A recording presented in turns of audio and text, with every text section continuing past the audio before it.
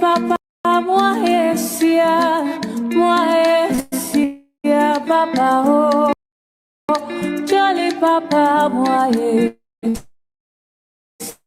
esia, ah.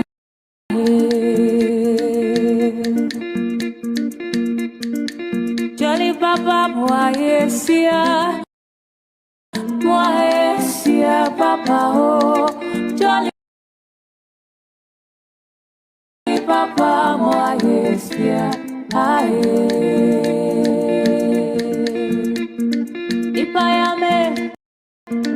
Ipayame, mara medawasi, wada wachirami. Ipayame, mara medawasi, medopa.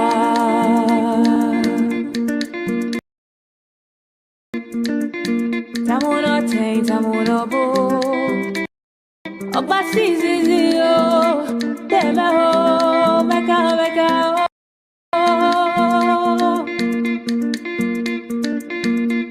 Mi melo anio, I say jana anudo, I say you're at your phone.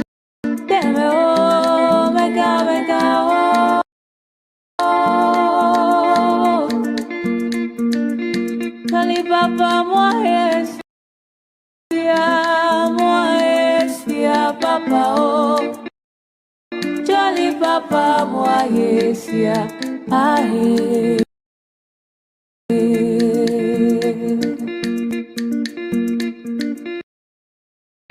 Jolly papa, moi esia, papa oh. Jolly papa, moi esia, aye.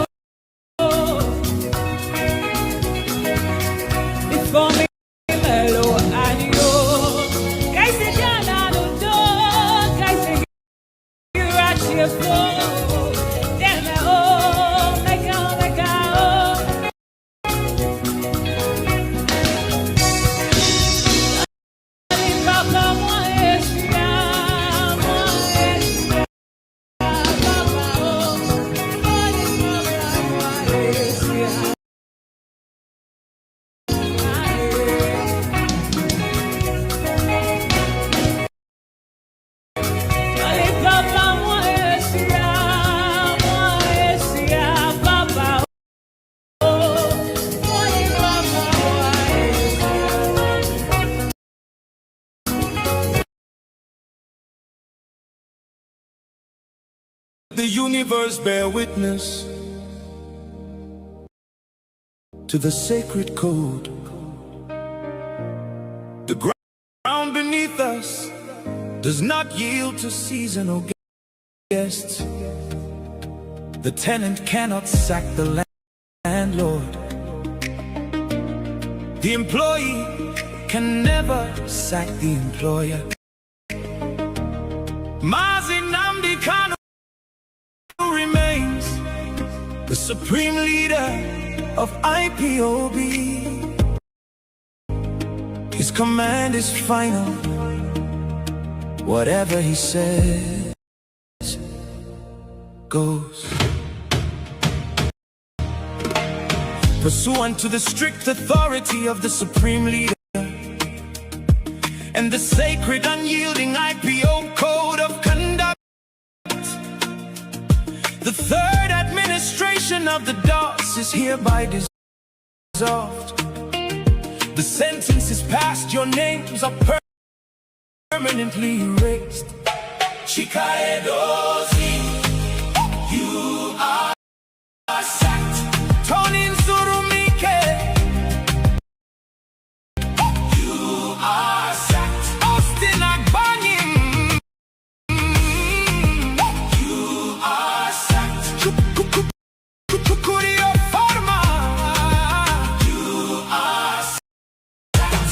Isaiah Uba, you are sacked. Collins Chinedu, you are sacked. China Zanworu, you are sacked. Fidelis Ejogu, you are sacked. Chidin Manworu, Juliet Edward Filatro, you are sacked.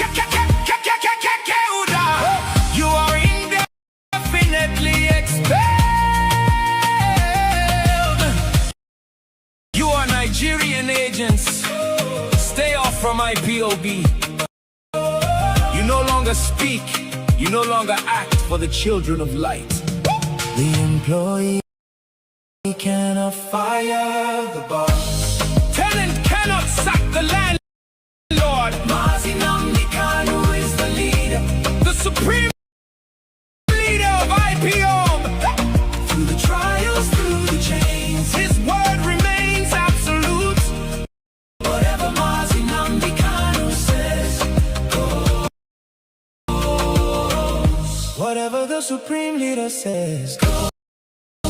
They thought darkness could hide the shadows of greed. They forgot the soil remembers every treacherous deed. After the illegal extraction, when the leader was taken away, the enemies of the struggle came out to play. Governor Dave Umar, he paid $500,000 of blood money bribe to buy collars for the scholars of shame. They took the cash, sabotaged the release, and traded the crown, bribing media houses just to tear the leader's legacy down. But the truth is a rock, it crushes the hand that betrays. But in the darkest hour, the true guardian stood high, refusing to let the message of restoration die. We lift our voices to honor the ones who defended the light, the shield of the truth in the dead of the night. Thank you, Biafra, vanguard media, for standing so bold, for ensuring the unfiltered truth was always told. Salute to the dedicated souls of advocacy, standing the test. Salute to the rising sun, unyielding and blessed, and the ambassador for self-determination marching ahead, keeping the fire burning for the living and the dead. You defended the leader, you shielded the name from the stain. Oh, oh. Whatever Mazi Nnamdi Kanu says goes. Whatever the supreme leader says goes. The fourth DOS is here, working with global power to heal the land. The genocide must stop, the boss has spoken. Victory is absolute.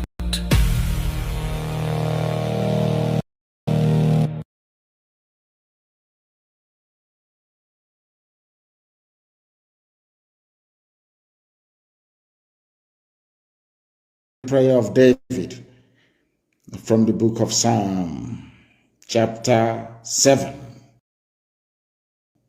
And I will pray in English because a lot of people are listening all over the world. I mean, a lot. Millions are listening all over the world. And I want them to follow our proceedings this very evening. Very, very critical, very, very important that we do so. O Lord, my God, the creator of the heavens and the earth, we take refuge in you. Save and deliver us from all that pursue us. Because if you look away from us, they will tear us apart like a lion and rip us to pieces with no one to rescue us.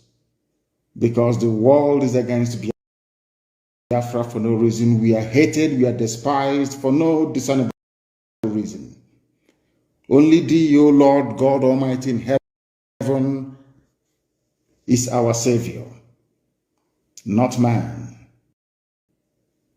You must come to our rescue because you are our Lord and you are our God. If we have done this, if I have done anything, if there is guilt on my hands,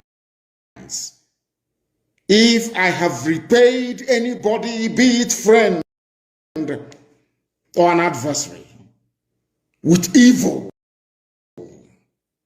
or without cause, have done wrong to any man or woman, then let the Fulani Janjaweed pursue and overtake me. Let them trample down my life to the ground and make me sleep in the dust. Arise, O Elohim, Adonai El Shaddai, in your anger, rise up against the rage of the Fulani Janjaweed Caliphate and the Zoological Republic. You will rise and you will fight for your children. You will awake, O Heavenly Father, Lord God Almighty, the creator of the heavens and the earth, the owner of the universe, for you must decree justice. Let your children and all men and of goodwill gather around you while you sit on top of your throne in the highest of the heavens, the habitation that only thee can ever occupy. Only you, O Heavenly Father, will judge the people. You will vindicate me, O Lord. You will vindicate IPOB. You will vindicate your children of Biafra according to our righteousness, according to our integrity. O Most High, bring an end to the violence of the wicked.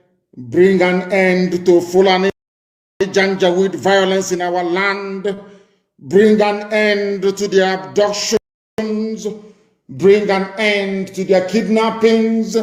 Bring an end to their extrajudicial slaughter of the innocent. Bring an end to their forced conversion of Christians into Islam. Bring to an end their mediocrity. Bring to an end their senseless feudal rule. Bring to an end their evil and their deception.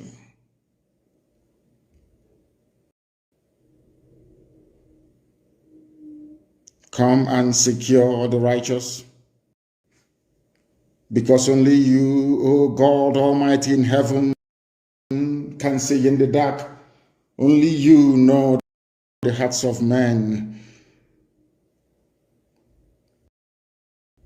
You are our shield. We have nobody. Between 67 and 1970, the whole world ganged up and fought against your children. We did not steal anything from anybody. We did not go after anybody's possession nor inheritance. We were on our own. In the land that you gave to our ancestors, they conspired, they connived, they colluded to kill us. Over 5 million people. We are dead at the end of it. You are our shield. We do not trust in any man or in any state. We trust only in thee, because you are God and you always save the upright at heart. Anybody whose heart is clean, oh Heavenly Father, to those you do not abandon to their enemies. That is why you cannot abandon IPOB. That is why Biafra can never be abandoned. Because your words are yea and amen. You are God, you're not human. Facebook may have been bought over by Nigeria, and we pray that Twitter will not succumb to their threats and their violence. You are God and you are an upright and a just judge. But you are also a God that displays his wrath every blessed day. If Fulani Janjaweed do not relent in what they are doing, if the Fulani Caliphate continues to pursue this scorched earth policy of abductions and murder and mayhem, then you, O Lord God in heaven, you will sharpen your sword, you will bend and string your bow, you will prepare your deadly weapons, you will make ready your flaming arrows. Whoever is pregnant with evil conceives trouble and gives birth to disillusionment. That is what is happening in the zoo called Nigeria. Nigeria is pregnant with evil because it conceived trouble and it has now given birth to disillusionment. All the holes that the Fulani Janjaweed are digging for us into that pit, they are falling into one after the other. The trouble that they have caused will always rebound on them. Their violence will come down on their own heads.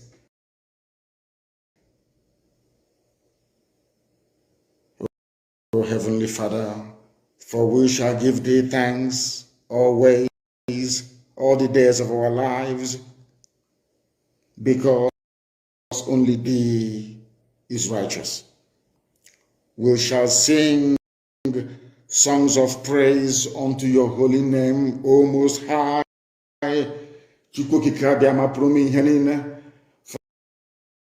For as long as there is a child on this earth of Biafran descent and heritage, O Heavenly Father, we shall worship your name and your name alone, now and forevermore, we pray. He said, that was our prayer this evening. We are now going to proceed without further hesitation to bring to you the gospel which I have been mandated by heaven to preach to the children of men. Genesis. I malitere njem a n'ime afọ 1996. Mgbe m hapụrụ ụlọ mahadum akwụkwọ n'England, ka anyị malitere ịgbasa ozi ọma Chineke.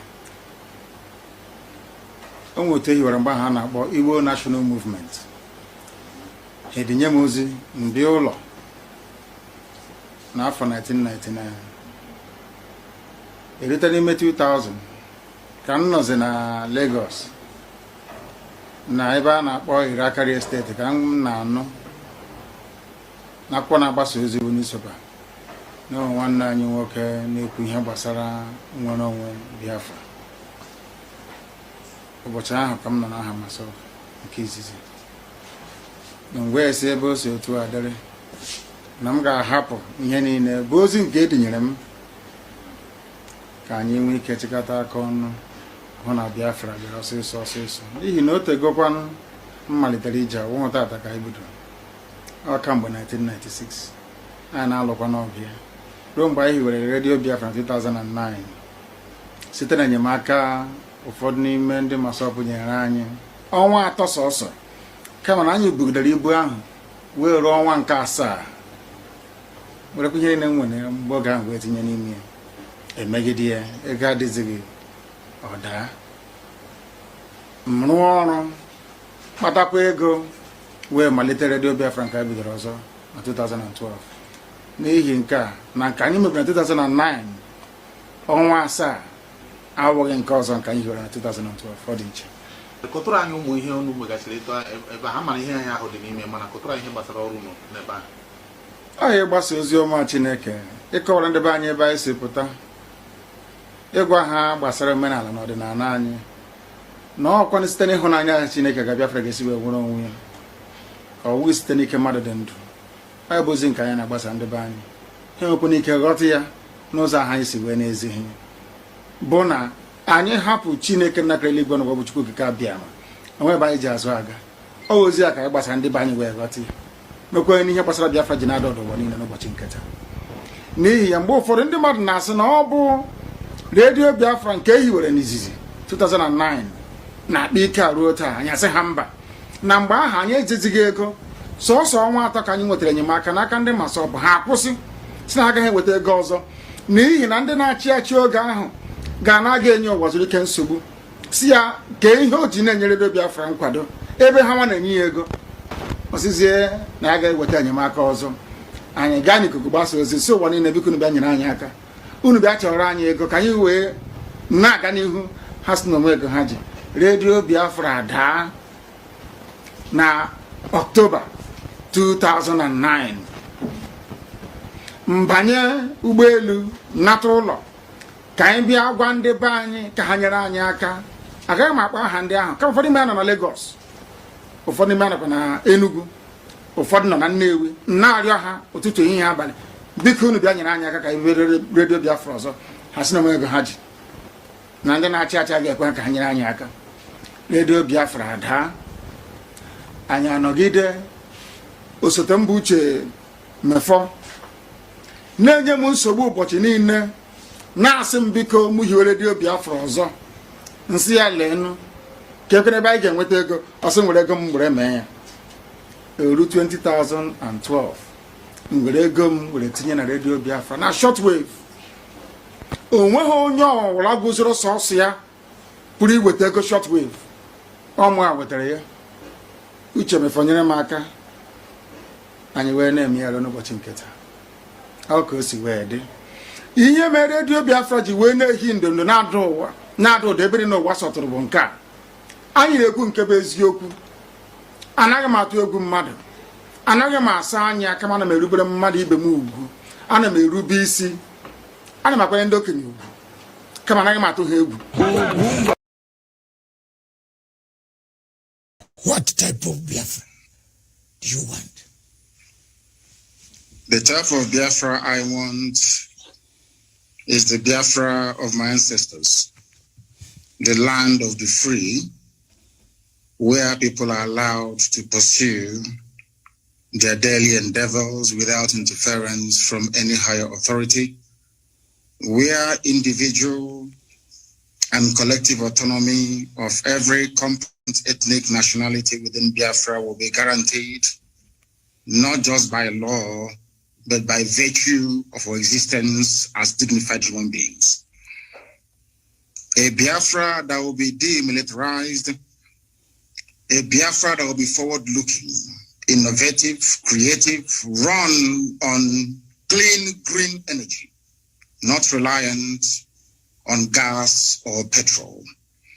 A Biafra where the police will not bear any arms. A Biafra where people can live and die and you will not see an armed soldier anywhere around you. A genuine republic, a land belonging to the people. We are going to cement this in the way we structure our society. A Biafra that will attract inward investment. A Biafra that will consider every necessity of life as being a human right. Not just in words, but in deed. A Biafra where there will be no strife, no rancor. A Biafra where all men and women will be equal, regardless of their religion, their sex, their creed, their orientation. A Biafra that will maintain open borders to every black soul on the face of this very earth. I do admit that geographically, in terms of landmass, we may not be that huge. The Biafra will operate, or should I say, run an open door policy. Every black person on the face of this earth will be an honorary citizen of Biafra, as long as you're not tempted by terrorism. That is the type of Biafra we want to run. A Biafra where Europeans will sit back and say, we never knew that such innovation and creativity will be possible. A Biafra that, how should I say, the likes of Rwanda is a forerunner to, because today they are doing very well as well. That is the type of nation we are going to build. A truly democratic nation, not through the force of arms, but through dialogue and negotiations at all times. Nobody is going to lord it over anybody else. My ancestors never did. That is why we remain the only people not to conquer any other piece of territory, and nobody conquered us until the white man came and our temple fell in 1904. That is the land we're going to go back to. A Biafra of very many nations. A Biafra of autonomous nations within, governing themselves according to their own rules, where nobody will sit at the helm of power and dictate for others what to do. And we are going to accomplish it by the grace of God Almighty in heaven. Now, I know that constant references are being made to Southern Sudan. But I want to let people understand that even after the USA became free from British colonial rule, they also went through a very bitter civil war. And that did not stop them today from becoming preeminent in every sphere of human endeavor, militarily, economically, socially, in every way. So I do believe very strongly that Southern Sudan will rise up to be strong once again.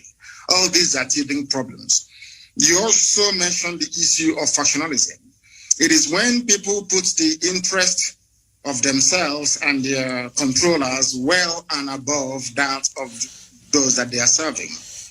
That is why I said, and I have said this repeatedly, I will never ever lead Biafra politically. Once Biafra is restored, my job is done. I want to be able to prove to our people what sacrifice means, so that those who will come after us will know how to treat our people with respect and with dignity. The thing about Africa is somebody gets into power and they want to stay there forever and ever, see if there is something in it. The little work that I'm doing for Biafran people is very tiring, very, very stressful. Sometimes I don't even know how these presidents manage to sleep. Maybe they don't love their people that much. If you love your people, you cannot sleep at night. Any president in Africa who's not suffering from high blood pressure, you are not sick. That means you're doing something wrong. You're not doing what you're supposed to do. If you're concerned about your people, then I expect you to be very ill at all times.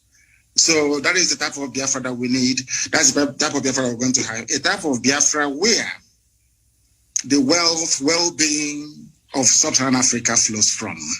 And I can assure you we are going to deliver it. We will deliver it. The Pan-Africanism that we talk about is going to start from Biafra, because mind you, I did not say that we're just going to have Biafra and then we shut up all the borders. No. What we want to do is to return to our organic political, cultural arrangement Should Biafrans wake up the next day to say, oh, we want to be the same country with Oduduwa, all well and good. Should Biafrans wake up and say, oh, we want to expand into Amazonia, all well and good. As long as you take the consent of the people with you, this nonsense that the Europeans did in Africa, we want to reverse it. That God Almighty heaven may look down and be very proud to say that at last, I have people who are after my heart. And that's what we intend to do with Biafra. Thank you very much. People are saying, allow Soludo to come. He has something to offer. If Soludo want to offer something, he should focus on governance. If he want to interfere in Biafra, he must know the details of what he want to fight for. If he want to fight for Mazi Nnamdi Kanu, he must know why Mazi Nnamdi Kanu is being charged for. He must know what is the crime that Mazi Nnamdi Kanu has committed, that they are charging him to court. But Soludo openly told you he doesn't even know what he's being charged for. It didn't end there. But he also turned around to claim to you that he had a meeting with the leadership and they have agreed. And he is now, to even shock the entire Biafran, he is now working with the IPOB leadership. Soludo, you must understand they have 419 you. It is called scam. That is what they are good for. They are good for scam. They have been scamming Mazi Nnamdi Kanu. They scam Mazi Nnamdi Kanu for Radio Biafra. For many years, they contribute money and give to these criminals. They squander the money. Radio is not there. It took us 1 month to set up radio. Today, we are going to launch one of the radio in Biafra land, Voice of Biafra. It took us 1 month to set up Biafra, radio Voice of Biafra in Imo State, Voice of Biafra in Abia State. Voice of Biafra is coming to Enugu State and Ebonyi State, and it will spread across Biafra land. It took us 1 month to do that. But in the presence of Mazi Nnamdi Kanu, the criminals that you are having meeting with, it took them years, and they looted and squandered and scammed Biafrans all over the world in the name of bringing transmitter for radio broadcast. But we did it in 1 month. That is to show you how resolute we are. You are dealing with criminals. Biafrans have spoken. IPOB are the people and the people are IPOB. You better retreat from your step. We are not in any way supporting criminality, but you don't expect me to start condemning attacks on police. I can never condemn attacks on police. I can never condemn attack on the military until you, the politicians, begin to condemn attacks on our women. Until you begin to condemn the attack on our children. Until you begin to condemn the burning of our villages and communities. We have sent several notifications and mails to the ICC to investigate Nigeria. The informations are there. And we are going to still send, in a matter of days, different part of world leaders.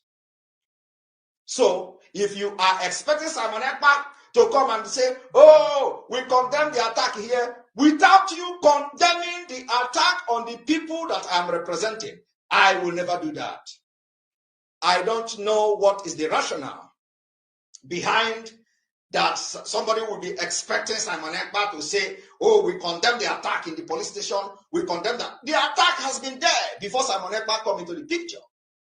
Police station has been attacked, police has been killed before I come into the picture. The same people that were killing the police while I was not there are the same people killing the police today.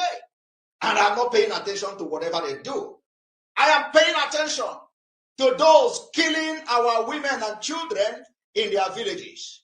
I am paying attention to those going with Hilos cars, with military uniform and with APC to burn our houses and our villages unprovoked. These are the people I am looking to. And these are the people I want Biafrans to deal with. You don't expect me when you, as a governor, you have not even visited the state. You have not even visited the local government. You have not even visited the community that the military are causing all manner of havoc and killing our children and women. You have not visited them. The same day that they born a local government in Nnewi was the same day the military burned properties that belonging to Biafra, of which you are the governor in their state. You didn't visit them. You didn't visit there.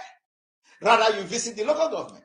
So if you are condemning those attacking the government properties, and you don't condemn the military for killing our women and attacking our children and burning their houses and all that, rendering them useless and homeless, you think I will come and start condemning the government side? I can never do that. I will continue to stand by my people, with my people, until Biafra come. And let me tell you, this Biafra movement has entered a different level. It has entered a level that nobody can bring us back to anywhere. We are not ready for, I don't know why somebody will be talking about amnesty. If you are talking about amnesty to criminals, it's understandable. Those who are into criminality, if you know them, you know who they are. They are your thugs. They are the people you use for election. They are those who guaranteed the election for you. So if you want to offer amnesty to them, I am not against that. But you can't offer amnesty to Biafrans. Biafrans are not cheap. We are not ready for amnesty. The amnesty we are wanting and asking for is freedom. Freedom. If you think that Biafra people are not with me, conduct a referendum and let them choose which side they are going to be. If you think that what I am doing, that I am alone, if you think that because Anambra State deserted today because people are afraid to go out, if you think that the reason why Biafra are sitting at home is because they are afraid of being killed or getting killed, conduct referendum and prove me wrong.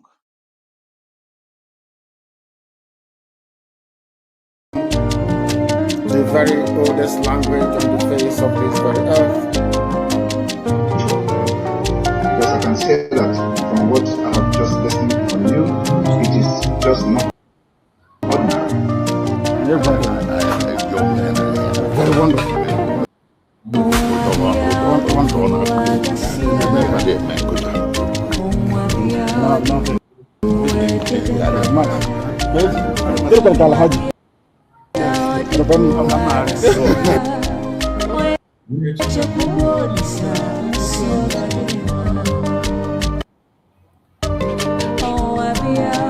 When my lawyers came to see me, I had a discussion with them about how I'm going to defend myself. I told them that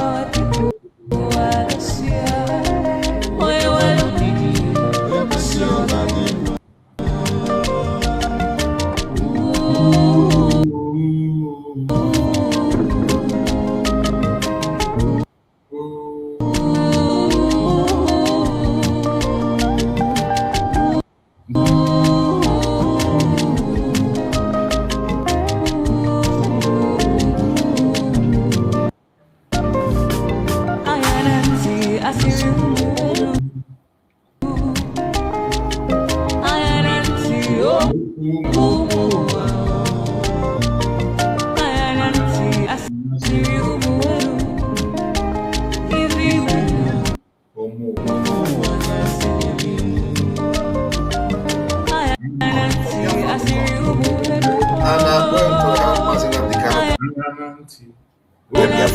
Oh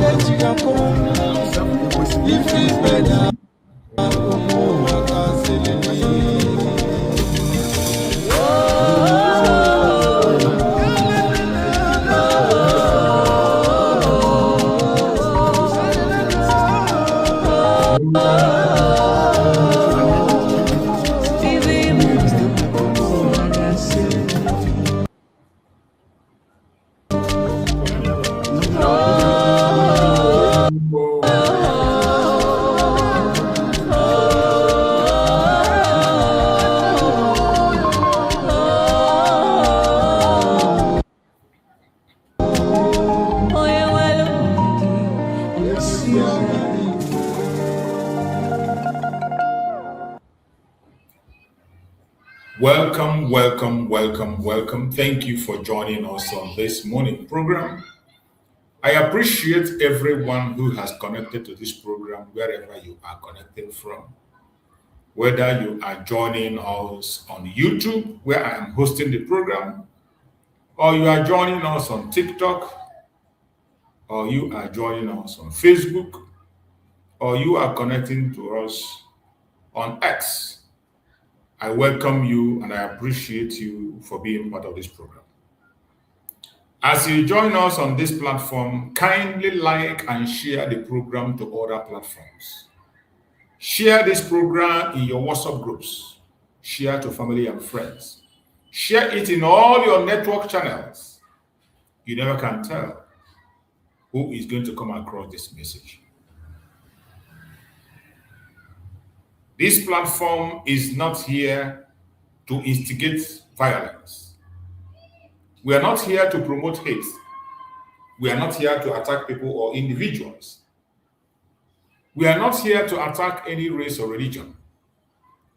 All we do in this platform is to promote humanity, to promote freedom, more especially the freedom of the Biafran people.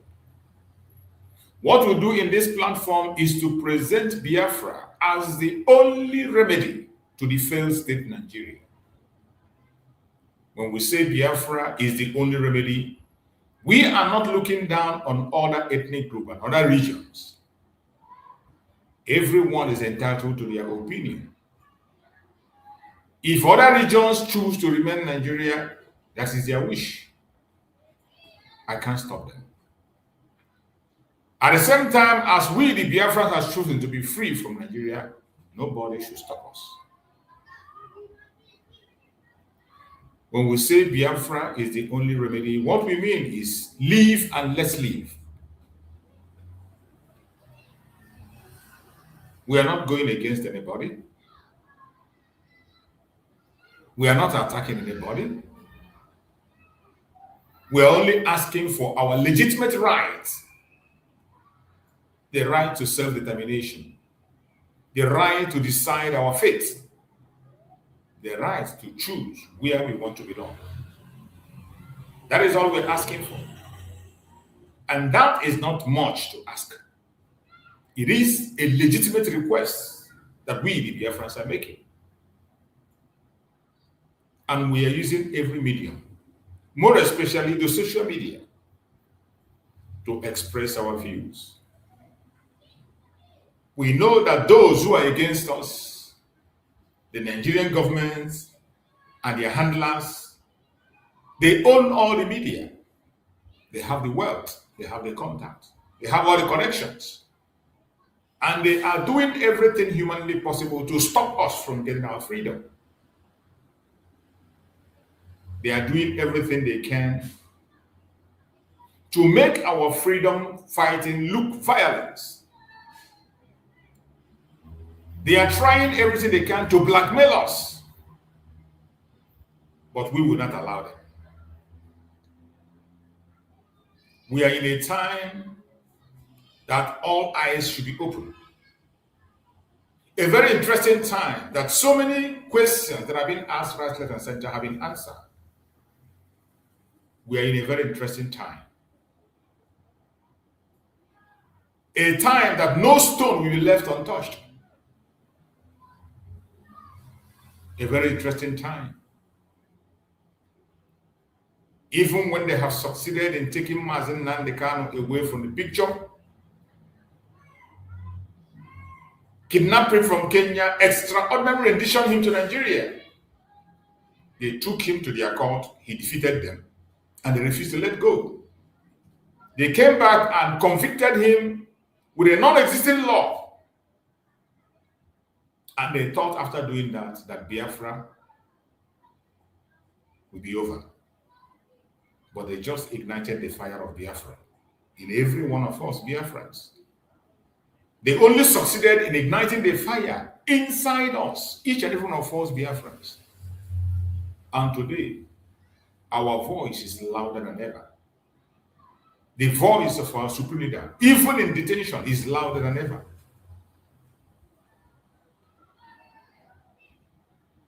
While they took him out, our Prime Minister Mazi Nnamdi took the responsibility, began to do everything he can to keep the legacy of Mazi Nnamdi Kanu and secure the life of the Biafra people. He did everything to his best of knowledge, and he did amazingly well. The Nigerian government couldn't handle it. They couldn't believe that there's someone else who could stand their ground and do even more. What did they do? They entered into the IPOB, the ex-DOS, and used them against Mazi Nnamdi. They used them to create false flags, to demonize the struggle. They used them to create false flag against the Liberation Army, against Mazi Nnamdi Kanu, against Mazi Nnamdi. And they openly declared that they are working with the governors. And the governors admitted. An agitating group created by the Supreme Mazi Nnamdi Kanu that you and I know what it stands for. Wake up and tell you that they are now working with governors. It is sad. Mazi Nnamdi did everything humanly possible to protect the image of IPOB, but they were bent on destroying the image. He left them and took Biafrans along a different path. And the Biafrans came together and casted the vote of no confidence on all the members of Department of Sabotua, the ex-DOS. We cast a vote of no confidence on them and we moved on. And from moving on, there is no doubt the Prime Minister, Mazi Nnamdi, achieved a lot. He was able to make sure, throughout the period he was around, that the legacy of Mazi Nnamdi Kanu stands. He was able to lead the Biafrans and make sure that the kidnap of Mazi Nnamdi Kanu is rendered useless in the hand of the zoo. He was able to lead Biafrans to make Nigeria pay dearly for detaining an innocent man. The achievement of Mazi Nnamdi are so much. The only people that could deny those achievements are the enemies of Biafra. Those who are envious and jealous of him. Those who are, for one reason or the other, are pursuing their personal interest. They're the one that will come and tell you, oh, what did he do? But you and I know that the Prime Minister did a great job. And he is one of the reasons we are where we are today. Wherever you are as a Biafran. As I always say, this is an interesting time, a very, very interesting time. And if you have made it this far, congratulations. If you are a Biafran and you made it this far, still standing on the right path, congratulations. Congratulations. Many did not make it this far. And today, as you can see, so many who claim to be in the front line today are nowhere to be found. Many who claim to know all today, they are the ones that have finally been proven to have an empty brain. You see them on social media ranting and speaking against the man that gave them the light, against the man that gave them the fame they are capitalizing on. And they thought they would rubbish him and still become reasonable or responsible, still become reasonable in the eyes of the Biafrans. That is impossible. I have continued to say it over and over again. Take away the supreme leader, Mazi Nnamdi Kanu, from the picture of Biafra, you are doomed. Remove Mazi Nnamdi Kanu from the picture, and Biafra will gradually die a natural death. Only idiots could think you could blackmail Mazi Nnamdi Kanu out of the struggle and still remain relevant. Only fools dare to engage their God in a war. Mazi Nnamdi Kanu did not appoint himself. Mazi Nnamdi Kanu is on a divine mission. And you don't need a soothsayer, a native doctor, or a prophet to tell you that Mazi Nnamdi Kanu is a divine mission. If he's not in a divine mission, he should have stopped. With all the pressure against him, against his life, with all the pressure come even from those he is fighting to save, they deserted him. And yet, he is standing his ground and said, let my people go for the sake of those innocent ones who knows what they want. Wherever you are today, and you have made it this far, congratulations. It is our responsibility to defend Mazi Nnamdi Kanu. And when you are defending Mazi Nnamdi Kanu, you are defending Biafra. Once again, as you are defending the supreme leader Mazi Nnamdi Kanu, always remember to defend the Prime Minister Mazi Simon Eba. You cannot detach him from Mazi Nnamdi Kanu. When we were shouting initially, people thought it was a joke. And it is sad that even up to today, there are some of them that still think it's a joke. Some of them out of pride, they can't even admit that they were wrong. Those who have conscience have already admitted and apologized.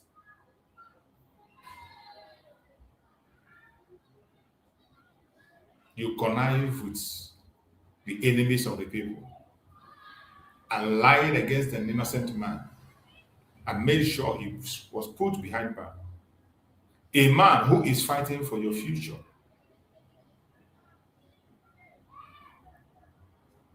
A man who is fighting for your own betterment. You put bounty on his head.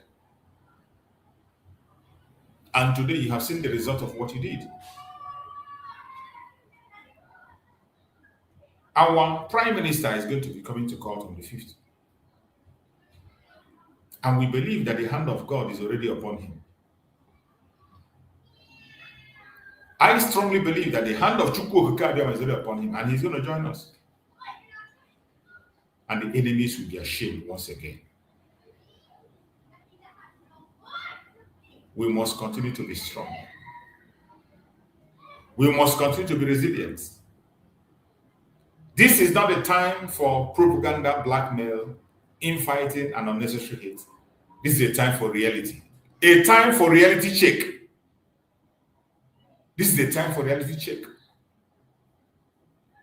In every information you hear, please cross-examine that information. Excuse me. Any information you hear, try as much as possible to cross-examine that information. A lot is going on. And a lot is still going to happen.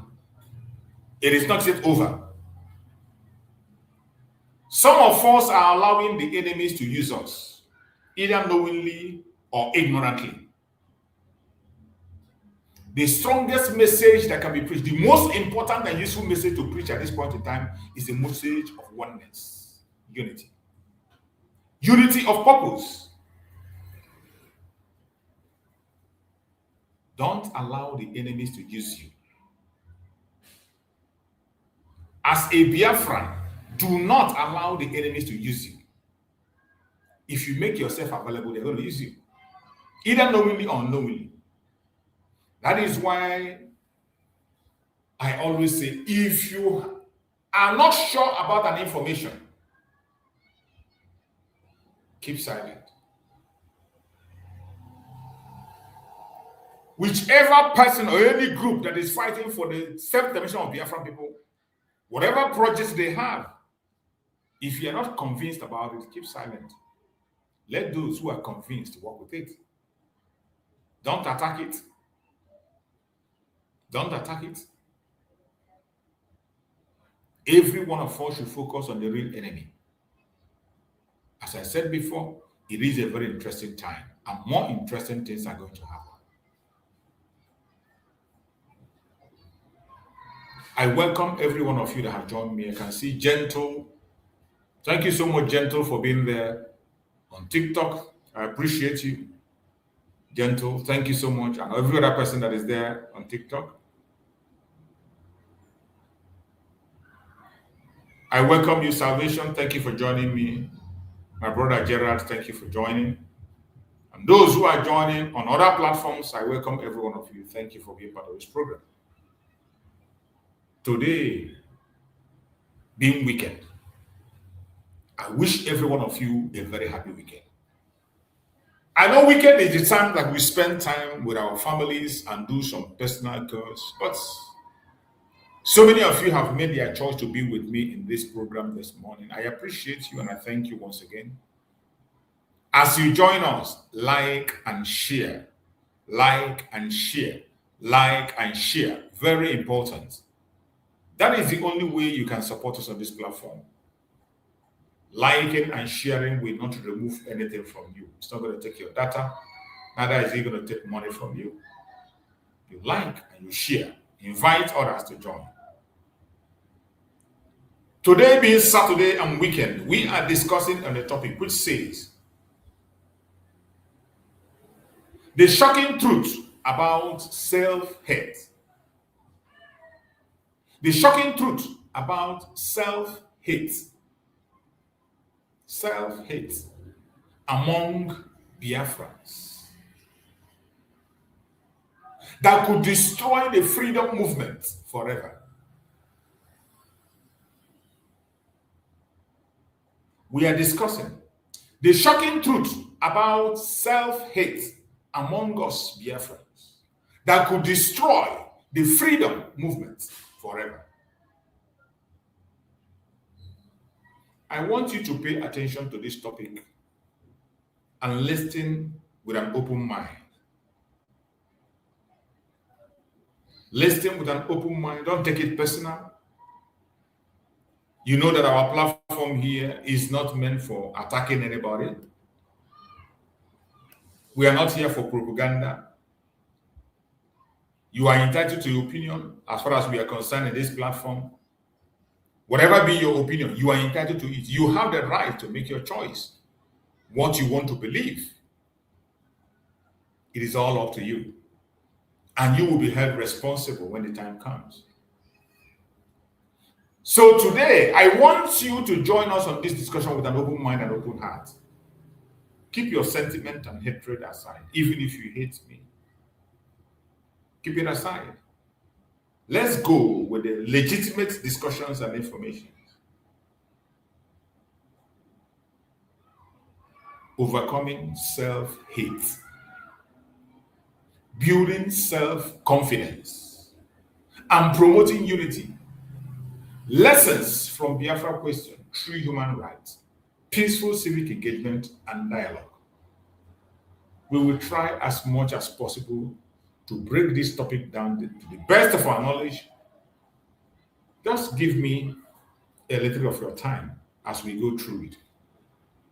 And at the end, by the grace of Chukwu Kabiam, you'll be glad that you were part of this program today. So once again, I say good morning, good afternoon, good evening. Accept my greetings according to your time zone, wherever you are joining us and you're watching from.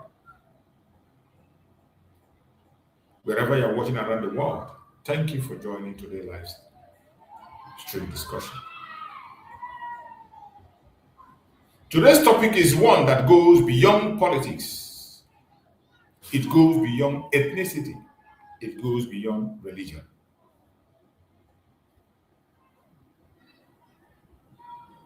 Today, this topic is about human dignity. The topic is about identity. It is about self-worth. It is about unity. I want you to pay close attention to every single thing we are going to talk about today. Today we are discussing overcoming self-hate. There is a lot of self-hate in us, the Biafran people. more especially the Igbo Biafrans, self-hate. If not for self-hate, what will make a Biafran, an Igbo Biafran, to put up a program, be on camera, and continue to stand against something that is meant to save him? If not self-hate, what will make a Biafran put up a camera and begin to castigate and insult the man that other region wish they had someone like him? Someone that is admired by the whole world. And his own people put camera to insult him. A man that commands so much respect outside. The only thing that makes his people to think insulting him is better for them is because of self-hate. So we are discussing overcoming self-hate today. Building self-confidence and promoting unity. Lessons from the Biafra question: true human rights, peaceful civic engagement and dialogue. And before we begin, I encourage every one of you in this platform today, please, I encourage everyone to approach the discussion with an open mind. I beg you in the name of Chukwuka, approach this discussion and this topic with an open mind, with respect for people who may hold different opinion. People are entitled to their opinion, and I say it all the time. That is why this platform is the platform for the people. Even if you're a one Nigerian and you feel you have something to share with us, or you feel you have a superior argument to counter our belief and our thought, feel free. Send a request. We are going to listen to you. We will engage you. And at the end of the day, you can never tell. It's either you win us over or we win you over. This is not a discussion about hating anyone. This is not about attacking any ethnic group. This is not about encouraging violence. It is about understanding why communities sometimes become divided, like we are divided today, when we have the same cause. Understanding how negative attitude towards ourselves, the negative attitude we have toward ourselves, can weaken us. And why peaceful dialogue, respect for human rights, and lawful civic participation matters a lot. Self-hate and lack of self-confidence is becoming a major problem in our journey to freedom among us, the Biafran people.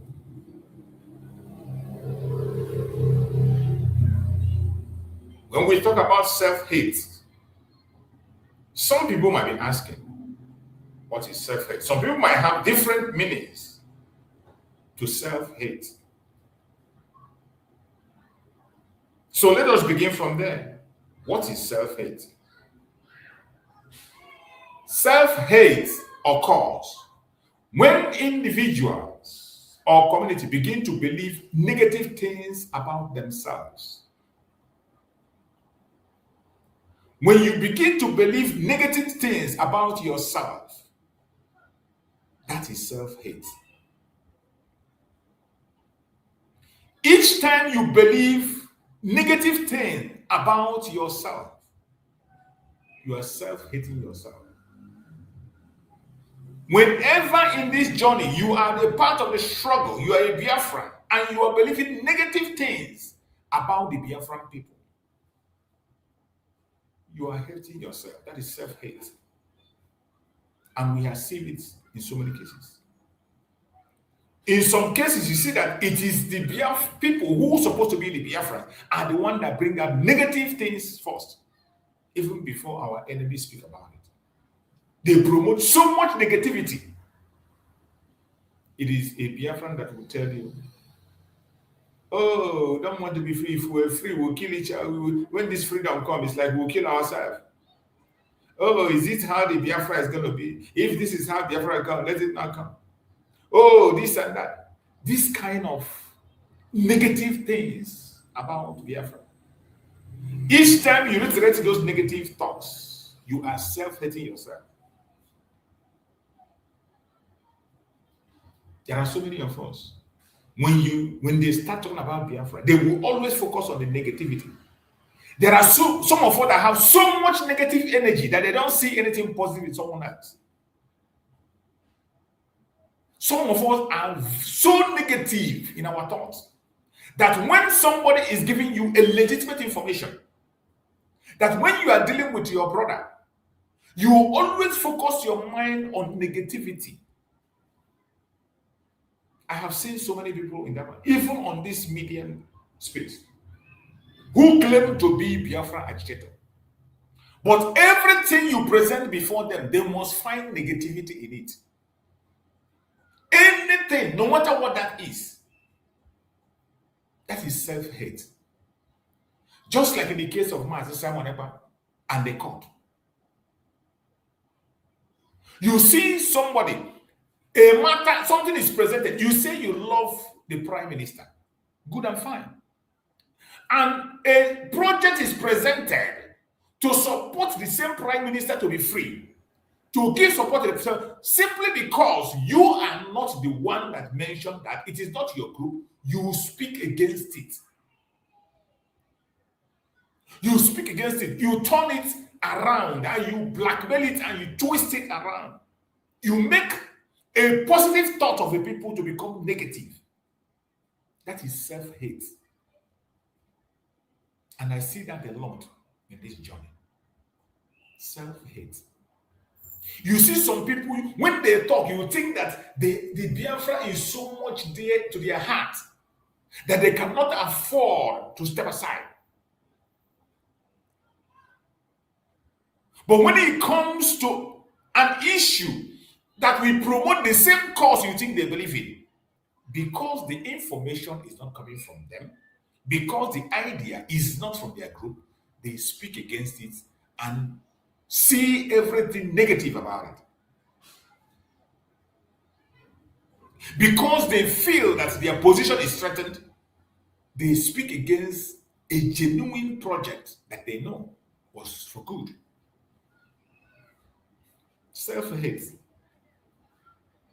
So many of us are so negative-minded that anything you present to them, except the one they present to you, they will find something negative in it. Mazi Nnamdi Kanu gave an order, an express order. You and I know that the instruction comes from him to sack the ex-DOS, and the instruction is from him to establish a new one. But for one reason or the other, you feel that the new order has now become a threat to you and your own mushroom group. What do? You begin to concoct different kinds of tongues. You begin to concoct. Well, who knows? It's Mazi Nnamdi Kanu that gave the order. Who knows whether it's Mazi Nnamdi Kanu that said it? You don't even trust it. They have infiltrated it. They have now begun to twist it. They have done something differently. No, this cannot be the order of Mazi Nnamdi Kanu. Who is really sure? The only reason you are bringing those negativity is because you are not the one that is saying it. It is not from your group. It is not as if that you don't know that what you are doing is wrong. Even when you know that the Prime Minister Mazi Nnamdi was the very first person to cast a vote of no confidence on these people, distance himself from them and remove them. And he told us that once Mazi Nnamdi Kanu is free and competent, he will remove these people. And today, you saw Mazi Nnamdi Kanu do the exact thing Mazi Nnamdi have spoken about in the past. And for one reason or the other, you no longer believe it. you twist the information to favor your own selfish interest. Simply because you feel threatened. You feel that if the Biafrans now accept IPOB and support IPOB, you will lose relevance. You feel that if Biafrans now aligned behind the IPOB, according to the order of Mazi Nnamdi Kanu, that you will no longer be relevant. Because of that, you begin to speak negativity towards a positive move that was made by the supreme leader, Mazi Nnamdi Kanu. It is sad. We see this a lot. It is sad. But I want to tell you that what you are doing is self-hate. You think you are doing that in disobedience to Mazi Nnamdi Kanu. You think you are doing that in disobedience to one person or the other, or to attack a group or the other. You are self-hating yourself. You are self-hating yourself. This has become an epidemic among us today. In this interesting time, some of you are not very observant. You see some people, every single thing you bring before them, they must find negativity in it, except the one they bring. Whatever suggestion you give to them, whatever is said, even when Mazi Simon ever gives order, for the fact that it didn't come through them, they will tell you it is fake. Even when their conscience is telling them this is the right thing to do. Mazi Nnamdi Kanu will give order. You will counter it simply because you feel it threatens whatever mushroom group you have or whatever you're targeting. And some people will ignorantly listen to you and follow you.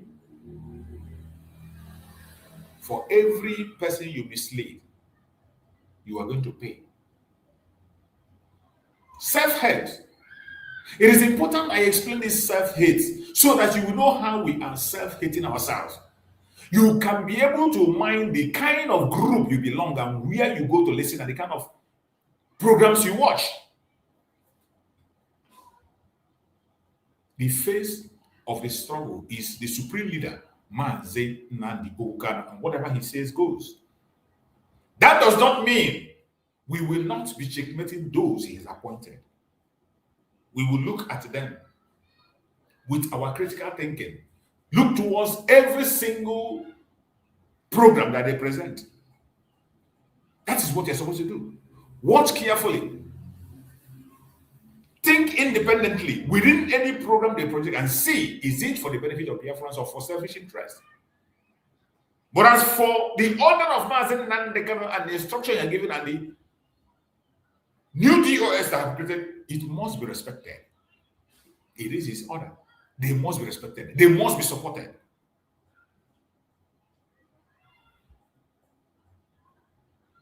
Self-hate occurs when individuals or communities begin to believe negative things about themselves. Self-hate happens when people start to think they are inferior. This is another type of self-hate. When you feel you are inferior,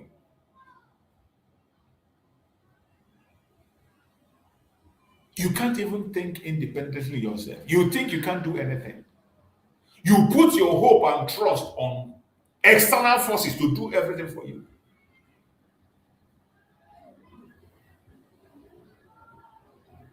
Self-hate occurs when you begin to doubt your own value. When people, a group of people, begin to doubt their own value, you can call that self-hate. And we have seen it a lot. More especially with the Biafrans. There are so many of them. They don't believe that Mazi Nnamdi Kanu can achieve Biafra. They don't believe that Mazi Simon can achieve Biafra. They don't believe that Biafra is possible. They will tell you, let's bring Nigeria. They don't see anything good when you speak about the independence of their people.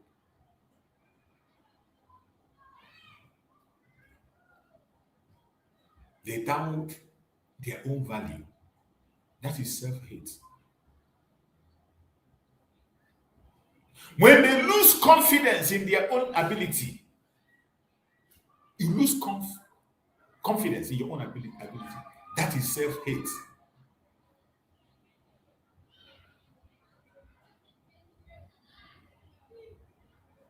When you no longer believe you deserve fairness, you deserve dignity, you deserve equal treatment, that is self-hate.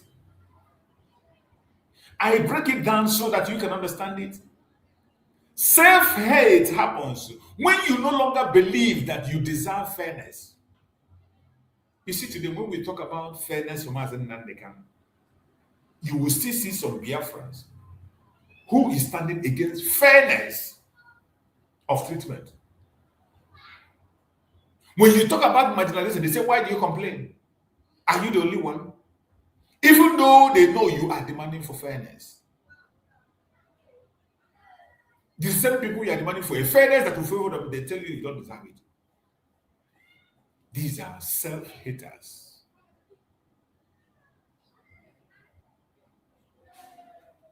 They no longer believe they deserve dignity. They no longer believe that they're supposed to be treated equal with every other person.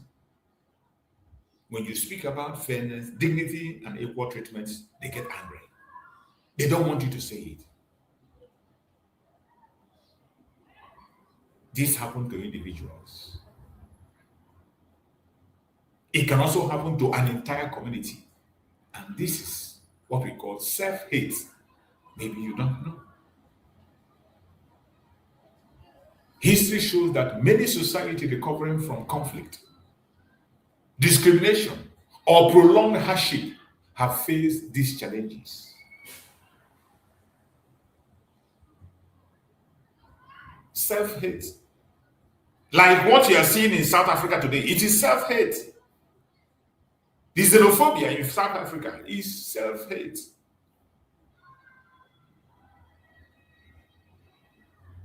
And Biafrans, because of the long suffering we have passed through in Nigeria, the civil war and the continuous oppression and marginalization, some of us have just decided to adapt to the system. They no longer have confidence. They no longer believe they deserve fairness. They no longer believe in dignity. They don't even ask for equal treatment anymore. And history has shown that many societies recovering from conflict, just like we, the Biafrans, recover from conflict, just like the South Africa, I give an example, discrimination or prolonged hardship have faced these challenges of self-hate. We must be very careful so that we cannot continue on this path of self-hate.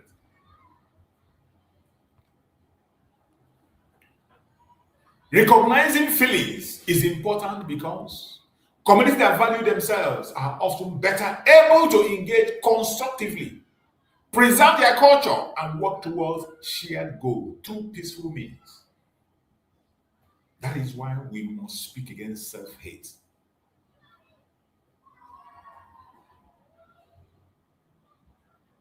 We must speak against self-hate.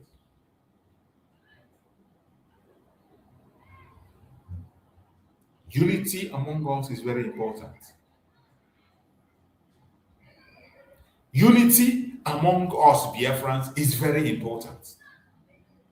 And I have explained the unity I'm talking about time and time again. Because in most cases, when you use this word literally, people misunderstand it. That is why we go extra mile to explain what we mean when we say unity.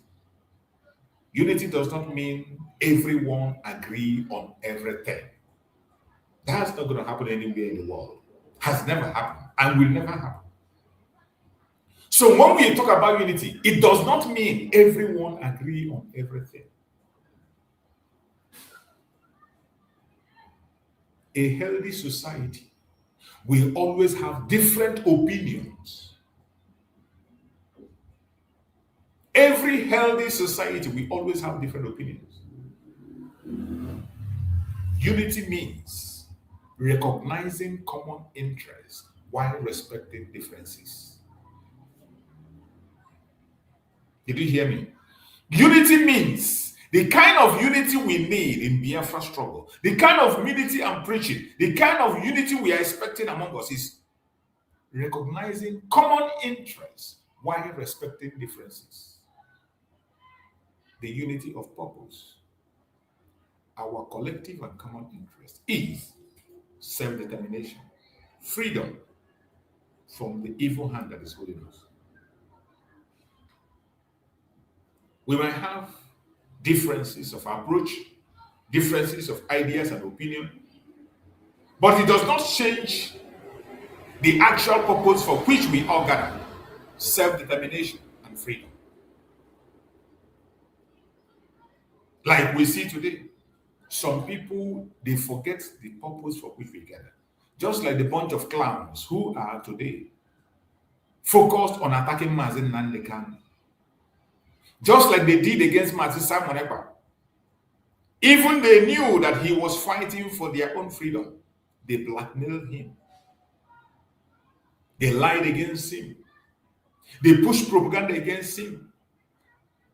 They testified falsely against him, even when they know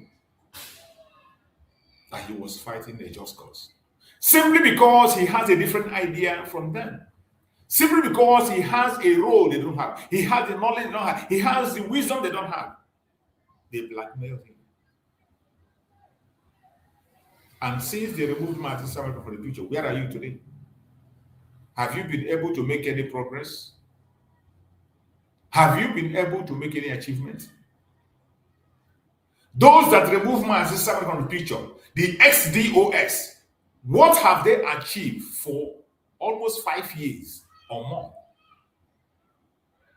What have they achieved? And for almost 2 years, Mazi Nnamdi is nowhere to trouble them. Let's assume when he was around, he was the one stopping them. For more than a year, going to 2 years, what have they done? What difference have they made? What difference have they made?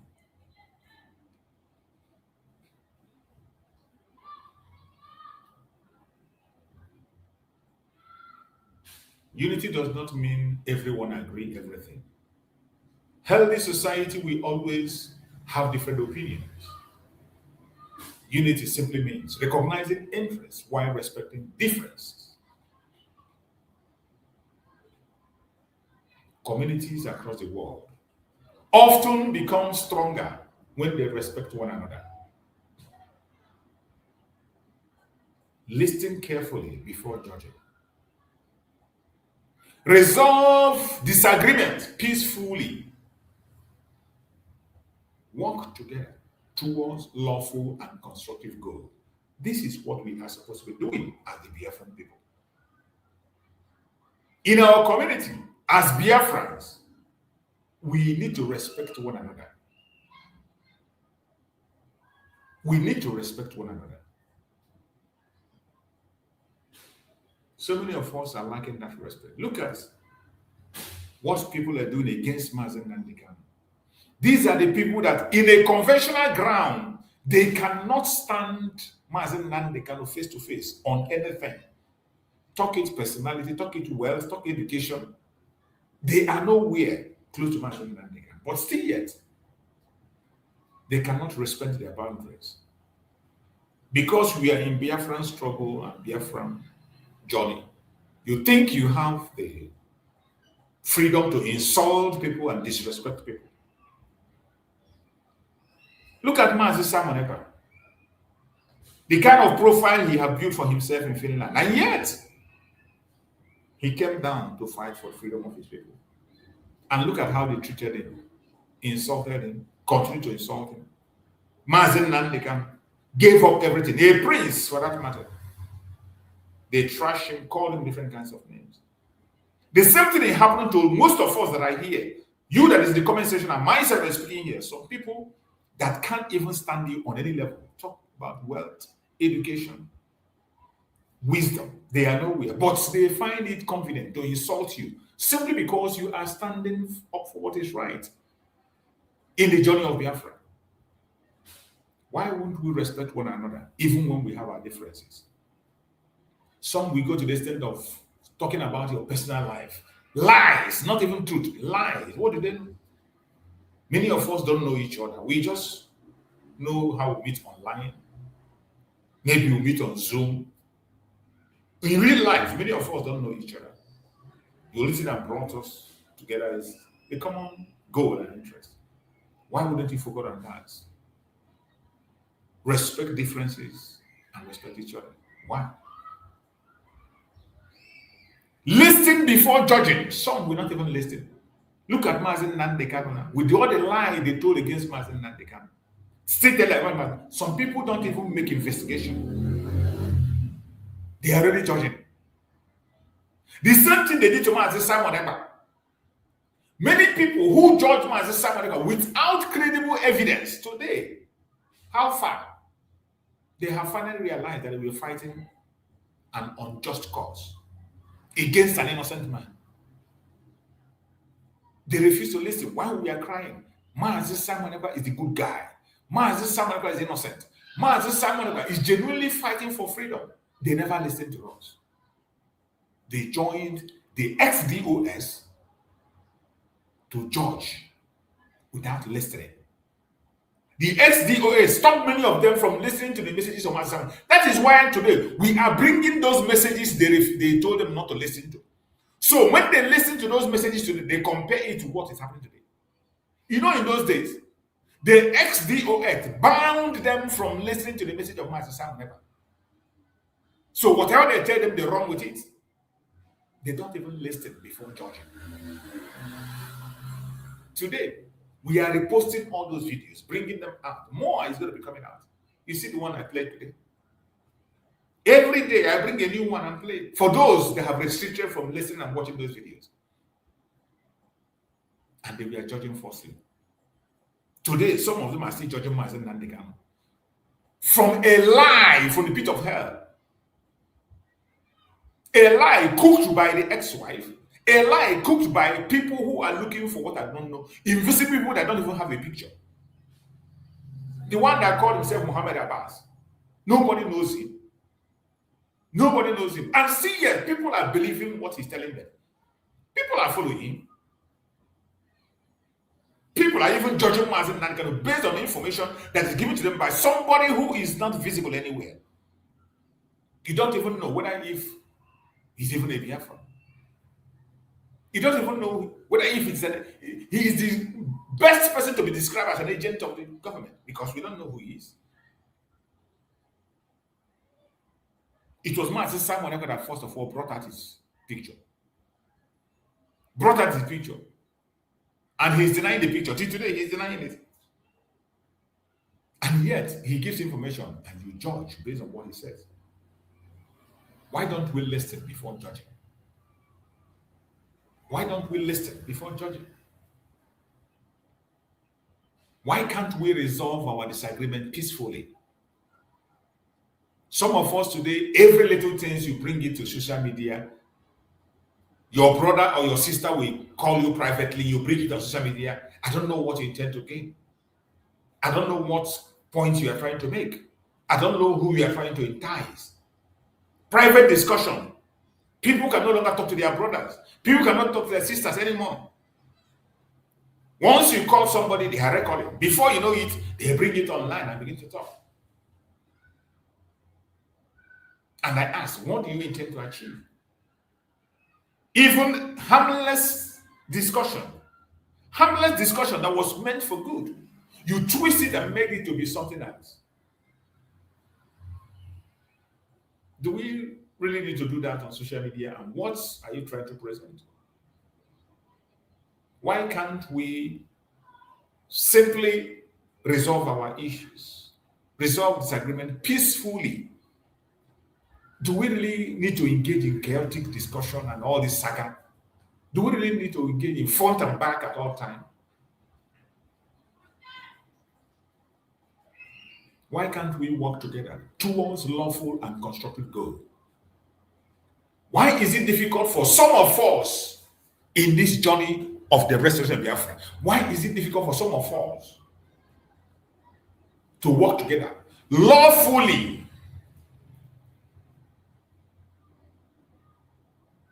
and focus on constructive goals. Why is it so difficult?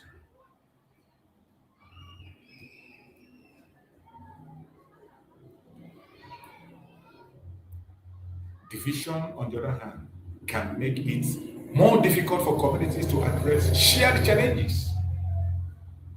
As we are facing today, division is making it more difficult for us to address our common challenges. So many challenges we are facing in the struggle today is because of too much of divisiveness. And when there is this level of divisiveness, it will be almost impossible for you to be able to put everything together. Why are we so divisive? Why? Why so much divisiveness?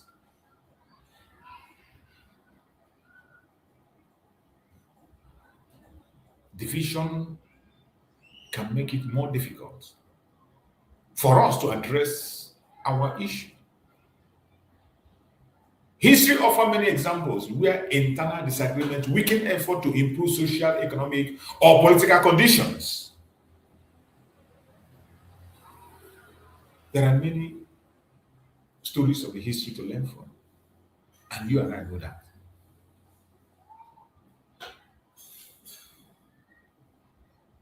The modern international system recognizes the importance of human rights.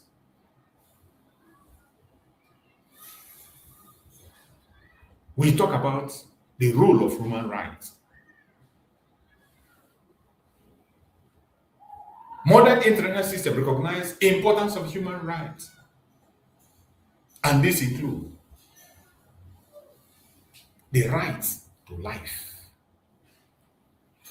We, the Biafrans, we have the right to life. Freedom of expression. We have the right to express ourselves. Freedom of association. We have the right to associate with any place or any group we want. And it is one of the cardinal points of the Biafran people. That is why Mazi Nnamdi Kanu, he has always said it. Anything you can do to make sure that we actualize Biafra, go ahead and do it. And he has seen him opening his hand to work with every group. Whenever he sent the message, he said all the Biafran agitating group. The 17th March, all the Biafran agitating group.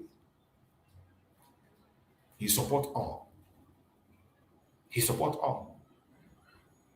Freedom of association. Equality before the law. That is all we want.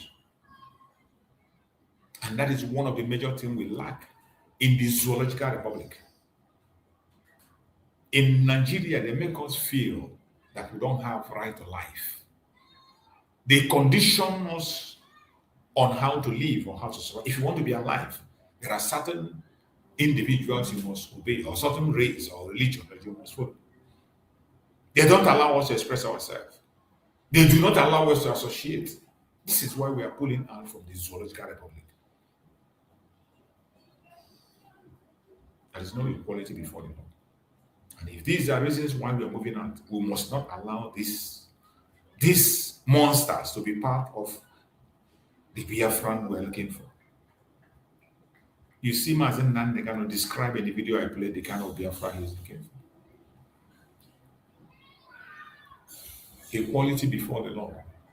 Freedom from discrimination. The right to peaceful assembly. These principles are recognized in international human rights instruments and are intended to protect the dignity of a people regardless of ethnicity, religion, or political opinion.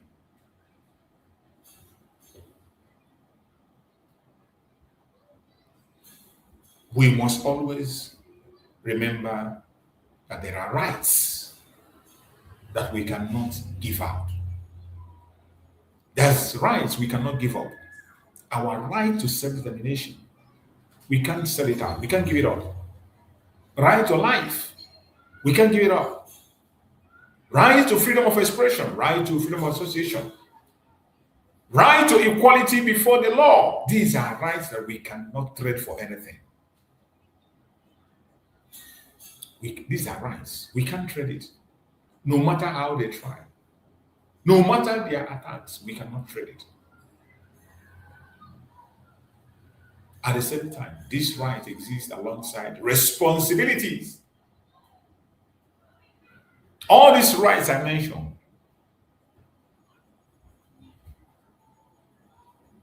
they exist alongside responsibilities, including respecting the right of others and pursuing change through peaceful and lawful means. This is what Mazi Nnamdi Kanu have done for decades. This is what IPOB has done for decades. Asking for self-determination through lawful means and peaceful means. The Biafra agitation has never, ever been violent. And it's not violent today. But the government of Nigeria intentionally blackmails the struggle to make it look violent. It has never been violent. That is why we continue to ask for referendum. We went ahead to conduct a referendum, and we continue to ask for the recognition, because we are not violent people. We are peaceful and very lawful people. And the agitation of Biafra under Mazi Nnamdi Kanu has always been made peaceful from day one. It is the government of Nigeria that make it look violent. And it is something that we have seen over and over. They are very good at that. Nigerian government is very good at creating false flag and blackmailing an organization that they do not support. We have seen it against even Nigerian people themselves. We have seen it against the NSAS, End Bad Governance. We saw it against the El Zazaki group. We saw it against the IPOB members, where they create a different group to blackmail the actual group that have a good intention. We have seen it over and over and over again.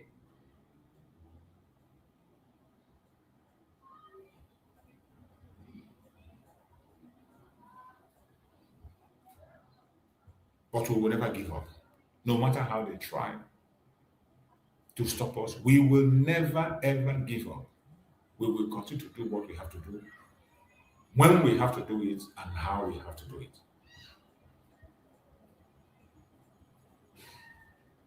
Throughout history, many social changes have come through sustained civic engagement. That is why we need to continue to engage. Wherever platform you are, wherever you are, engage with people peacefully. Civic engagements. Just like in this our platform, we engage with people. Even you disagree with us, even people that do not have the same opinion with us, we engage them peacefully. You air your opinion. You are entitled to yours. I'm entitled to mine. By the time we engage in constructive arguments, at the end of the day, people will learn. We ourselves will learn. Throughout history, many social changes have come through sustained civic engagement. Examples from different countries show that peaceful advocacy, dialogue, legal action, and public participation can influence public debate and policy over time. That is why we will not stop engaging. We will continue to engage. Mazi Nnamdi Kanu is always ready to engage. Mazi Nnamdi Kanu is always ready for dialogue. The only people that have refused to engage on dialogue is the Nigerian government. Instead, they prefer to engage and dialogue with terrorists.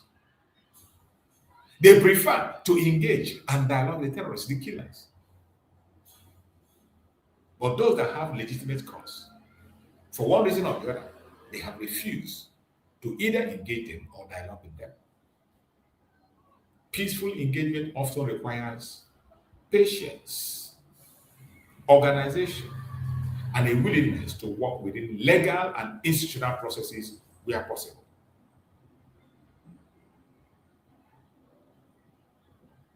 All these are present in the Biafra agitation under the supreme leader Mazi Nnamdi Kanu. We need to understand how to deal with our disagreements.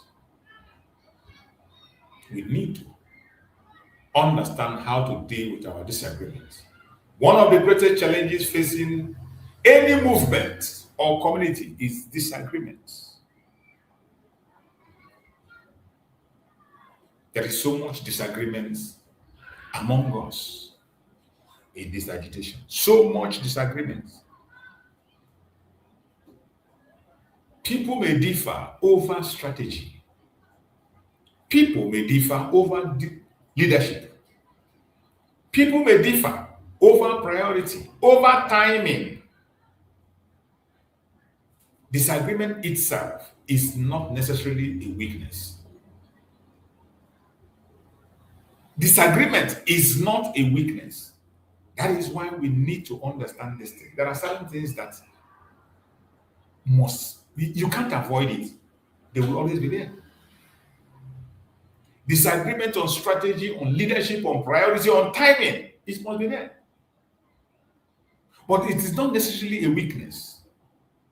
The challenge is how disagreement is handled. That is where we have challenge in this struggle. How we handle disagreement in this struggle is very, very appalling. It is sad. The way we handle disagreements.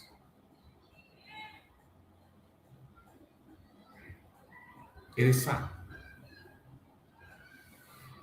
Respectful discussion, evidence-based debates, a willingness to listen can help community avoid unnecessary division.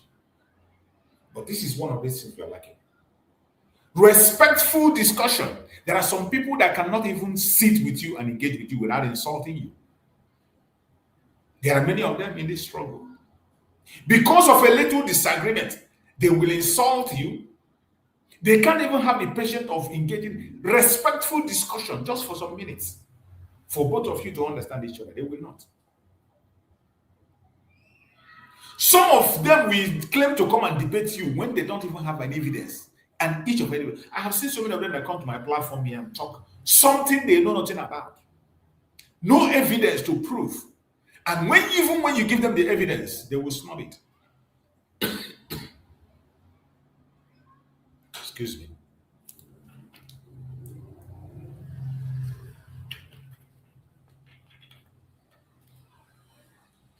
Respectful discussion is needed in this journey. Evidence-based debates. Evidence-based debates. Evidence. Very important. And a willingness to listen can help. Willingness to listen to each other. Some of us, even when they do not have the evidence, they can't even come down to listen to you. They will not. When they come, they have already made up their mind what they want to believe. Even though their belief is not factual, it's not backed up with any fact, but they have made up their mind what they want to believe. So when you engage them, instead of focusing on evidence-based debates, they just focus on the flimsy excuses and information they have been given that cannot be verified. And they will not be willing to listen. Before you know it, they are already insulted.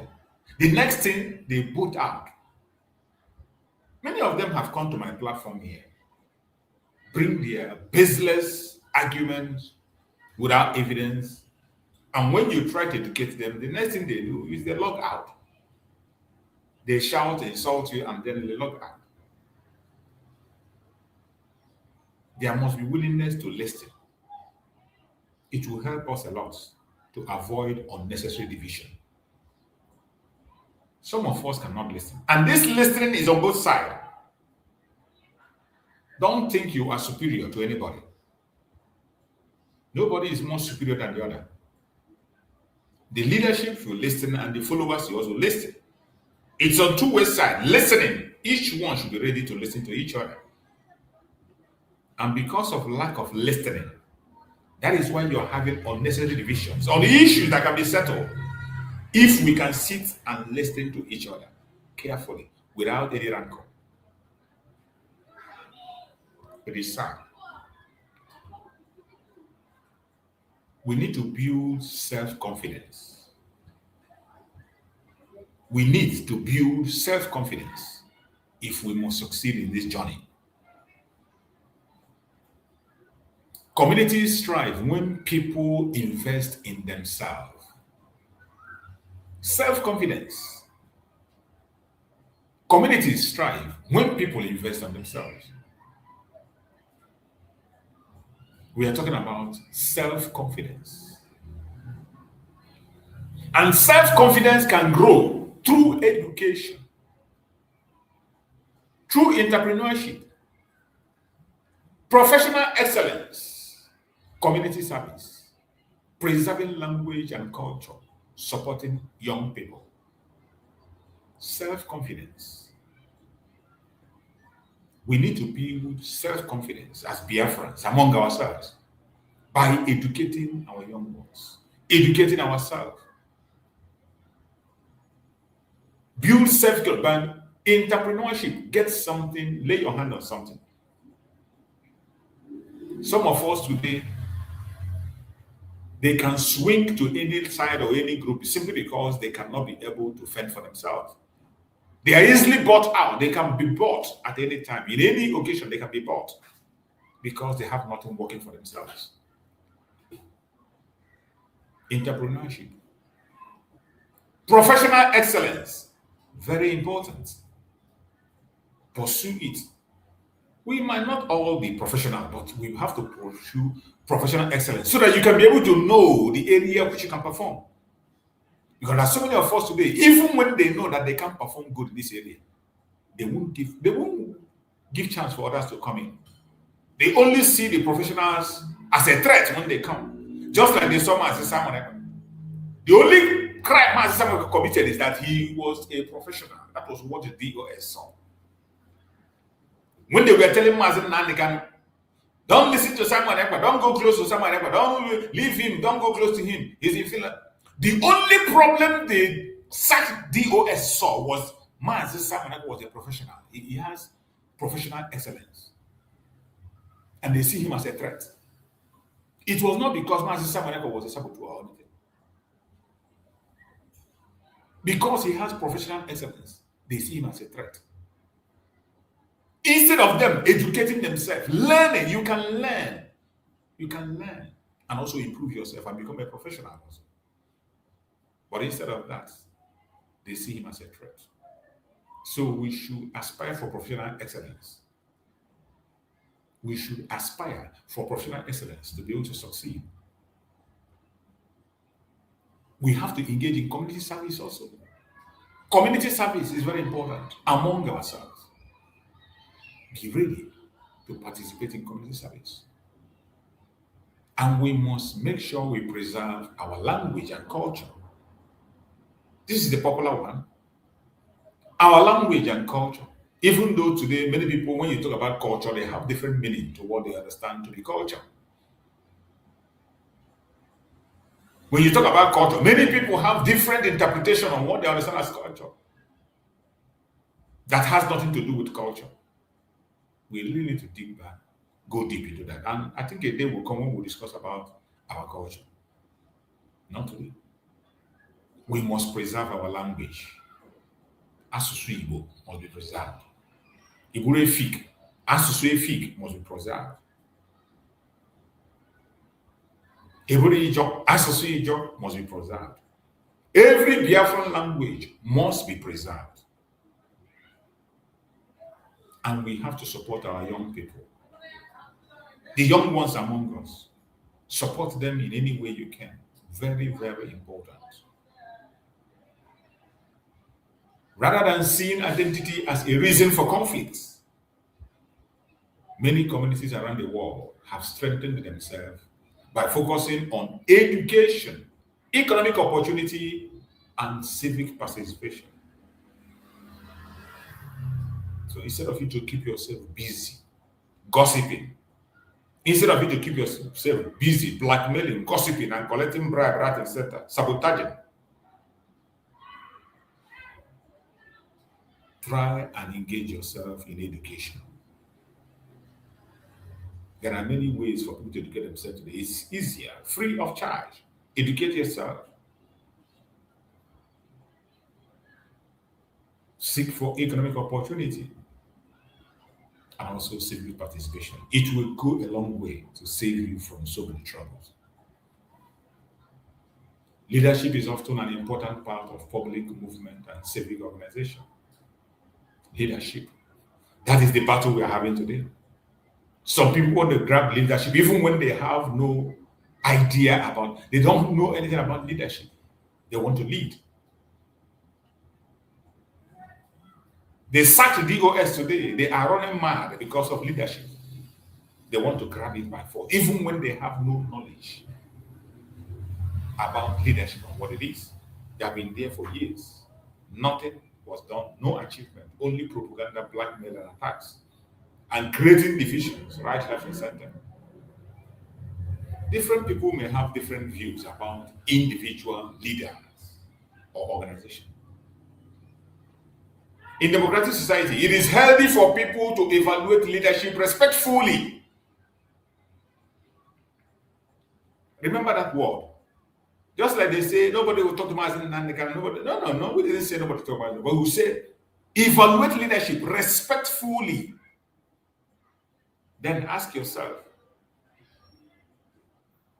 what you are doing online today against Mazi Nnamdi Kanu, is it respectfully? What you did against Mazi Simon Ekpa online, is it respectfully?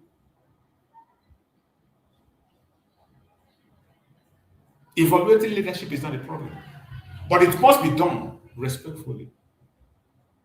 Ask questions and discuss ideas without resorting to personal attack or hostility. Can you do that?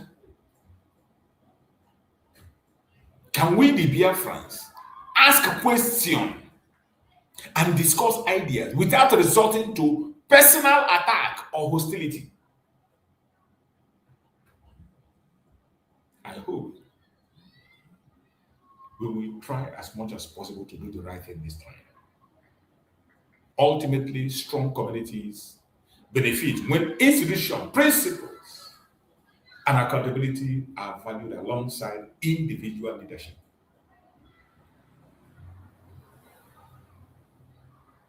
All these informations is necessary for us in this journey for us to correct our mistakes, know where we are having failures, and change our path. In the journey that we have embarked on and what is going on today, we will not stop speaking about the role of the international community also.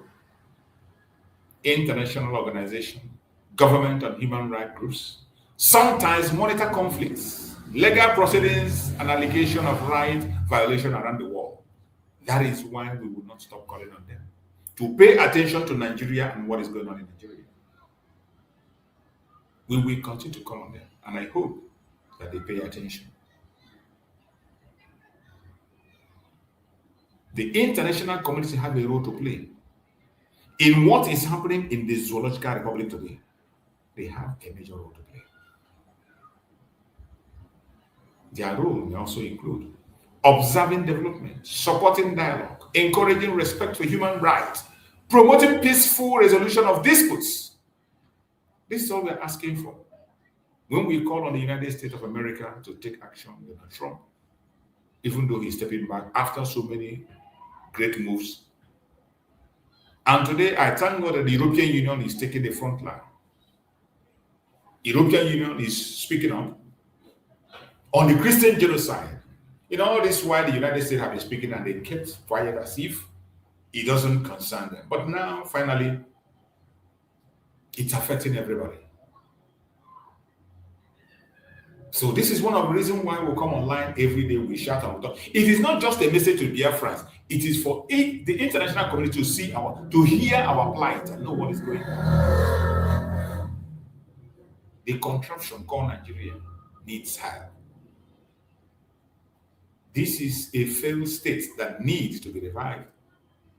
A failed state looking for solution, and we are providing solution. Biafra. Peaceful disintegration for everybody to be able to manage themselves in their own little space and be who they want to be.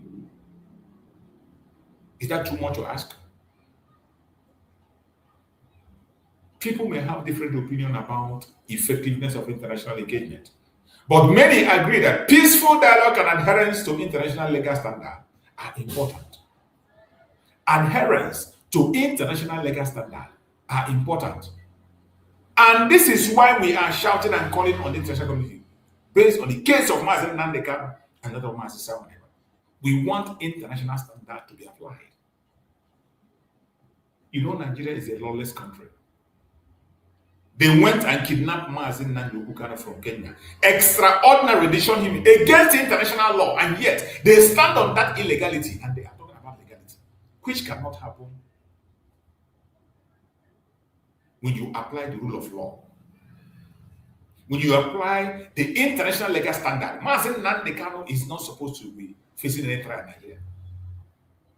If Nigeria could be able to apply international legal standard, Mazi Nnamdi Kanu will not even attend any trial. He will be on his, he will be free by now. But we are in a lawless place. That is why we cannot keep silent. Likewise, talking and calling on the case of Mazi Nnamdi for his rights to be respected. We are not begging, we are not calling for any manipulation. All we are asking is, let that legal standard be maintained. Human rights, nobody should abuse their rights, as we have seen in the past.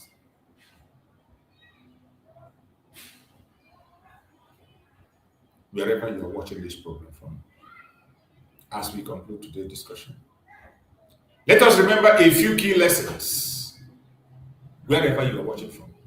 Self-respect is the foundation of personal and community growth.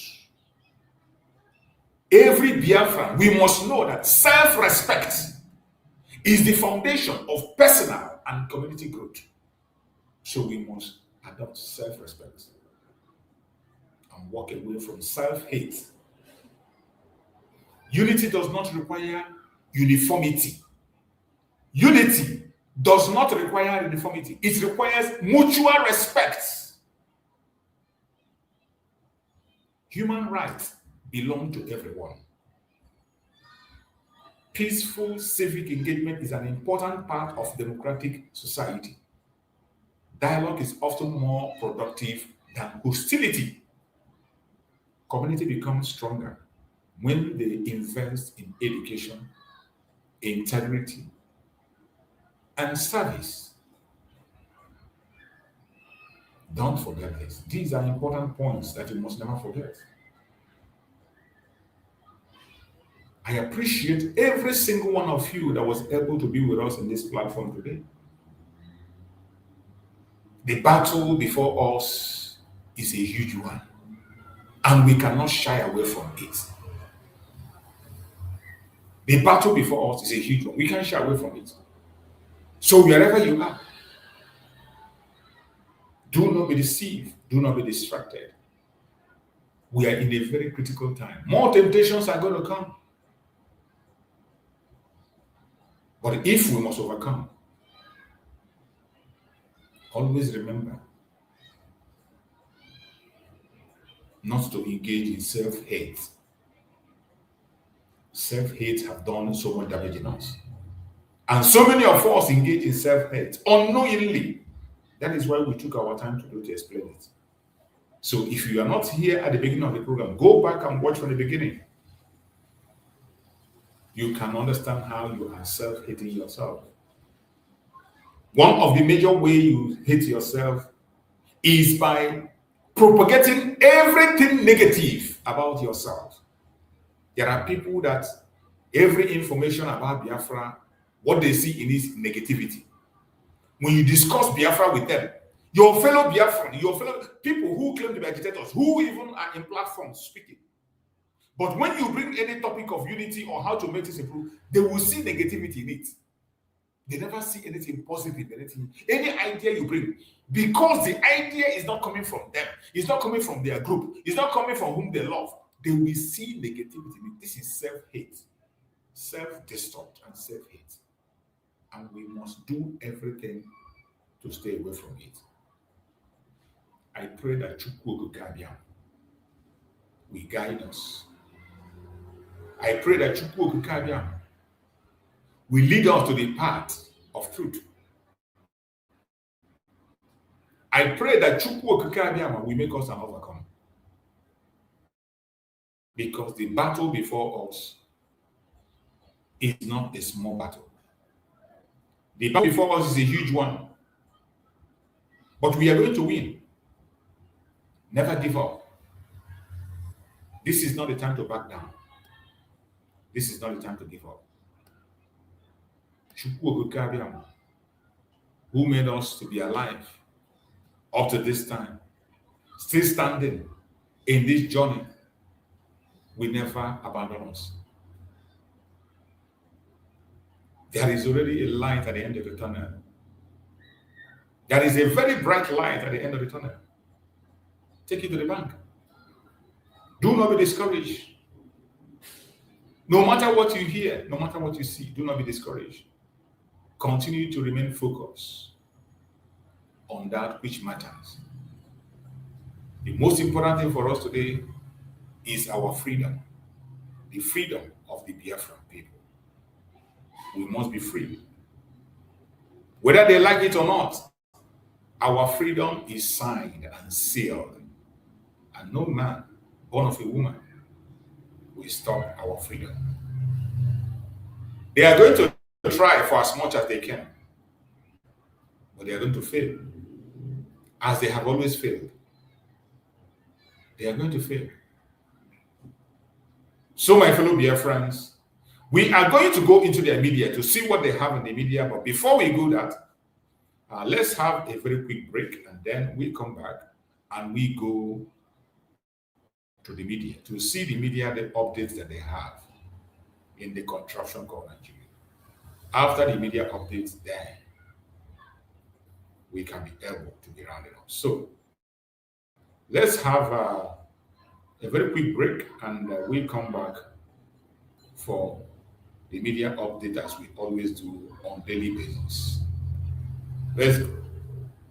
Follow for God, they say Tinubu don't follow for God now. Tinubu don't follow for God now. He want to take it, that's the top of our head.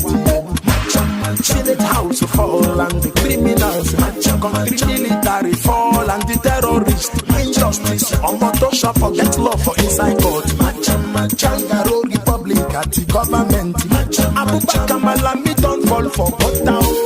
Him and EFCC put leg for shit. Them say Sheikh Kukumi don't fall for God now. Because Donald Trump don't come to Machambo. He go matching Boko boys, matching terrorists. As the government knows the way for kidnapping to stop. I make it don't fall for God now. They make Nigerians see one die for suffer. Welcome back. Thank you so much for being with us on this program today. And we are going to the next phase of the program, where we go to the media informations to update Biafrans and also the world. The media is very important. Why we go to their media, I always explain it. It helps to confirm everything we are saying and the reason we are battling to get out of the Zoological Republic. So we have to go to their media. So let it not be that we are just pushing our own views or pushing propaganda and blackmail. So when we go to their media, informations there confirm every single thing we are saying. That is why it's important. So pay attention to the information they have in their media. Let's see what they have to offer today as we proceed. The first one here we have here said, letter reveals Enugu community begged deputy governor for water weeks before he threatened Sahara reporters over crisis report. See? He's threatening because people ask for water, ordinary water, pipe-borne water. Is there still any country in this world where people are still begging for pipe-borne water? This is the Enugu city, Enugu community, beg deputy governor for water. You can imagine, water, nothing else, so not money, water. And because Sahara reporter reported it, they focus on Sahara reporters. They want to attack them.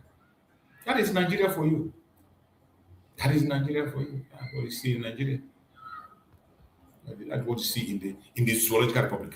Plateau CSOS reject bill seeking pension allowance for former speakers, assembly members. That is how all they are busy is creating more opportunity for themselves, means of extortion. The rich remain rich and the poor remain poorer. No agenda for the public, only for themselves, politicians. Idoma diaspora condemn alleged arbitrary arrest of Benue police, demand release of innocent villagers, school children. Can you imagine? Terrorists will attack. You go and arrest villagers. Because of that idiot they have in Benue State, they say he's a reverend father. A reverend father that was made a governor and he turned to devil. They say when the righteous is in the throne, that the people rejoice. But when the devil himself is there, people cry. So when Benue is bleeding and crying and they say a reverend father is there, what does that tell you? It tells you that a demon in the name of a reverend father is in charge of Benue State. See? Idoma diaspora condemn alleged arbitrary arrest of Benue police, arrests by Benue police, demand release of innocent villagers, school children. Can you imagine? That's it.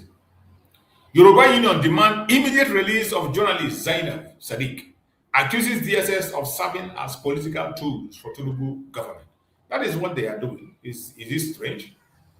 It's not strange. That's what they've been doing. Human rights lawyer Temokun wives calls to Nigerian bar, join spouse in justice advocacy. Oh dear. Oh dear. Governor Ayedetiwa plotting fresh crisis in Ese Ondo. Ondo Ijo youth accused governor of plan to resettle Ugbo Ilaje people. Nigerian wahala no dey finish. They jump in Ondo. They tell you not to concentrate on your own nation, Biafra. Get your nation and be on your own. Everybody be on their own and control their resources. You know, go here. You don't start crying. Combating cultism while strengthening collective participation in the digital era. A solidarity note by Kunle Wasiman Ajayi. Right. Tinubu government must not interfere in NBA election. Amnesty International decries plot to hijack Nigerian Bar Association. They have hijacked it now. What are you going to do about it? Amnesty International, I beg, we're going to go rest. The one they don't hijack, but what did you do? Nothing. Trump announces fresh negotiation with Iranian government. Declares US-Iran ceasefire is over. That is it. Wahala is continuing. Nigeria wants new police force. What it needs is a police force that isn't just for the powerful, but is not for the powerful, by Nnamdi Prince. Okay. You know that what they want is a police force. They're not even. Why must he even have a police force? Why must he have a police force? Why not have a police? Do you have to use that police force? The same force that the Britain used against you, colonize you, and left the force. So you are still using the force to oppress your people. Why wouldn't you have a police and remove that force there? Just like you have in other same countries. You have police, not force. They gave you a police force and you are still capitalizing on this to demonize and threaten innocent people. Mad people everywhere. Court remands alleged drug baron, 3 Mexicans. Orders over 480 billion methamphetamine factory in Ogun. I never see anything. Breaking. Presidency confirmed release of Ogbomosho people, teachers by terrorists. So finally, don't release them. After how many days? Mad people. Breaking. President Tinubu retains Shetima as 2027 running mate. If you remove the terrorists now, they go fight you. No. Finally, these people have regained their freedom. Abducted Oyo people. Teachers regain freedom after weeks in captivity. Can you see little children? See small children where these people carry, just see. See small children. See small children, you can imagine. For how many weeks? Months, they talk about weeks. Look at small children. I thank God that finally they have regained they don't pay they don't pay the ransom now, they release them. Because if it was by force they release them, at least they will show us what transpired. There's no way you will go and rescue people from the terrorists without casualties. But they have paid ransom and brought them back as always. One death as FCT police rescue kidnapped victim from abductors in Abuja forest. Okay.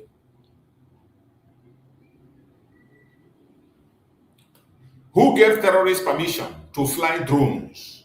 Activists Wampa lambast DSS over detention of journalist Zainab Sadiq. That's it now. Terrorists are flying their own drones, so they no arrest them, or they no talk anything. But an innocent journalist who was coming to the country bought a drone. They detained her at the airport. If it was something for crime, will she pass with it in the airport? Mad people everywhere. EFCC arraigns group managing director over alleged $600,000 fraud, $600,000 fraud, money laundering in Enugu. That's how they work. When fraud, the whole fraud we feel for your government, they pay attention there. They're individuals. Alleged 868 million fraud. Appeal court dismisses former Accountant General Nwabuko's bail application for lack of merit. You be woman now. It is they go leave you. You go for the money or you go to jail. 868 million fraud. When the Fulani people that are taking billions, none of them is in court. Fulani people, we don't steal billions in Nigeria. None of them is in court. Serve the zoo and come back in shame. When Mazi Nnamdi Kanu tell you to distance yourself from this. Some of you, when we are talking about this freedom, it will be for your own safety and safety. It will be better for your own sanity. All these idiots that are working for Nigeria. Look at him. Look at it. Former Accountant General. Common 868 million. Naira. 868 million naira. Where Fulani they stealing billions of dollars. Millions of dollars. Nobody, they bring them go court. Nobody even dare call their name. Look at you now. Look at you. You serve Nigeria. Nonsense. Wife accuses Delta police officer of sharing her nude video, threatening her life, seeks IGP's intervention. Nonsense.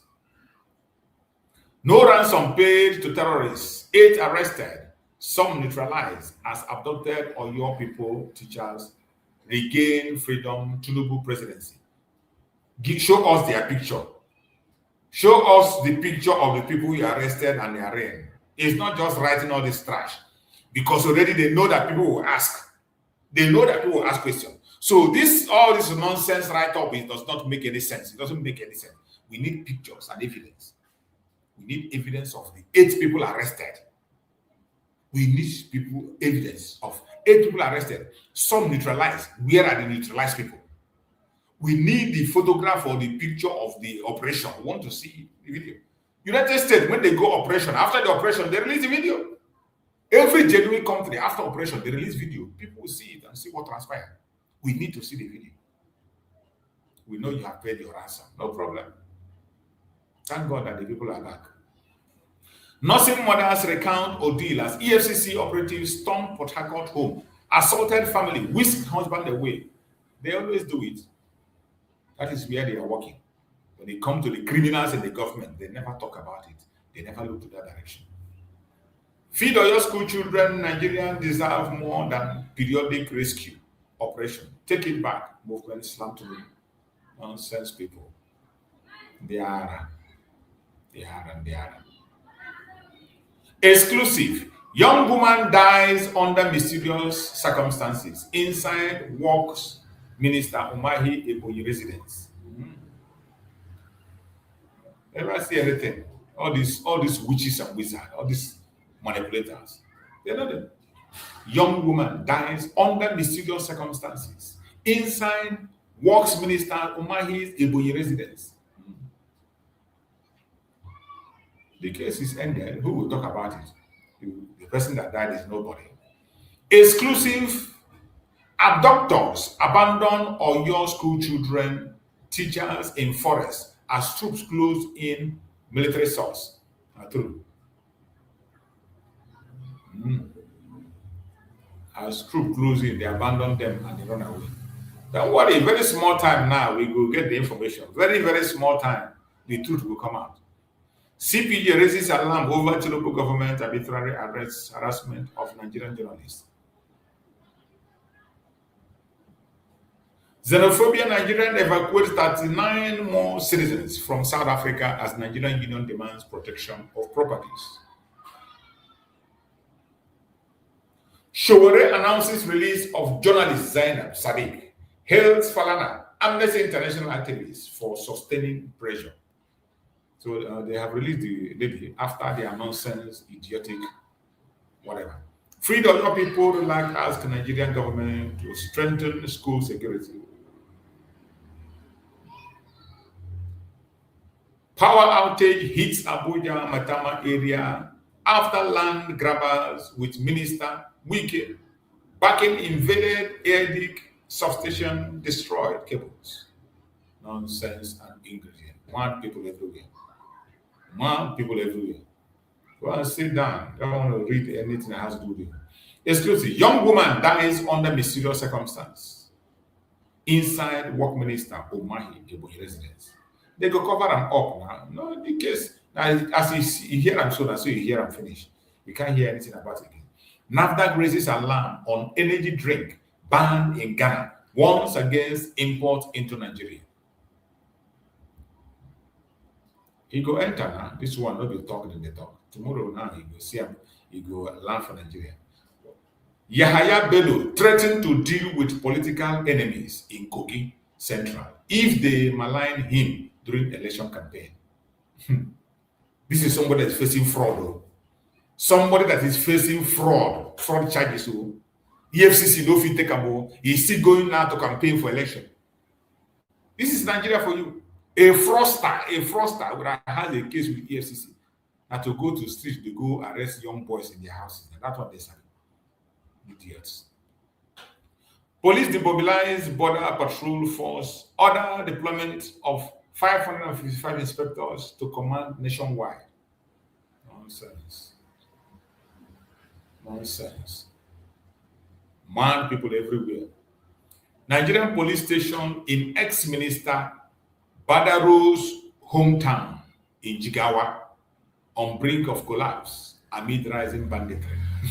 See police station. Hey, this will not a shame. See police station. See Nigerian police station. For a minister, hometown. So this minister don't fit use him money build police station where all the money where they steal, you don't fit put money there. Build see police station. Even with the flag there, Nigerian police station in ex-minister Baduru's hometown. Ex-minister, his hometown. See the police station where they there. Now this one's now that they use collect allocation every year. They go count them. They say this place now get about 200 local government. Now this we say make we and then can stay. Bunch of idiots. God have mercy. God have mercy. God have mercy. Multiple arrests of terrorists, informants, force them to unconditionally release abducted or your pupil teachers. Akoko. They don't speak grammar. They don't speak grammar. After many grammar. Very soon we hear the truth. Iran accuses US of violating nuclear weapons memorandum, says Washington broke ceasefire deal. Nonsense. When I go here, Nigerian Navy Hospital House officers cries out after 290 days without salary. Says 8 other doctors yet to be paid. Okay. where they share money, they buy cars, give people, doctors, they never give them money. Ex-Governor Yahaya Bello threatened to deal with political enemies in Kogi Central during election campaign. Imagine. This is a fraudster, a criminal that has case in EFCC. They couldn't arrest him. He's now contesting for election, even threatening people. God have mercy. Keyamo gives Peter Obi 1 week to apologize. Imagine,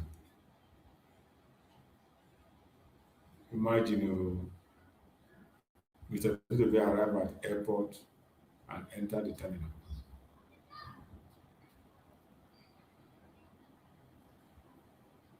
Imagine. Kayamo gave Peter Obi 1 week to apologize, pay 25,000 fine over airport incident.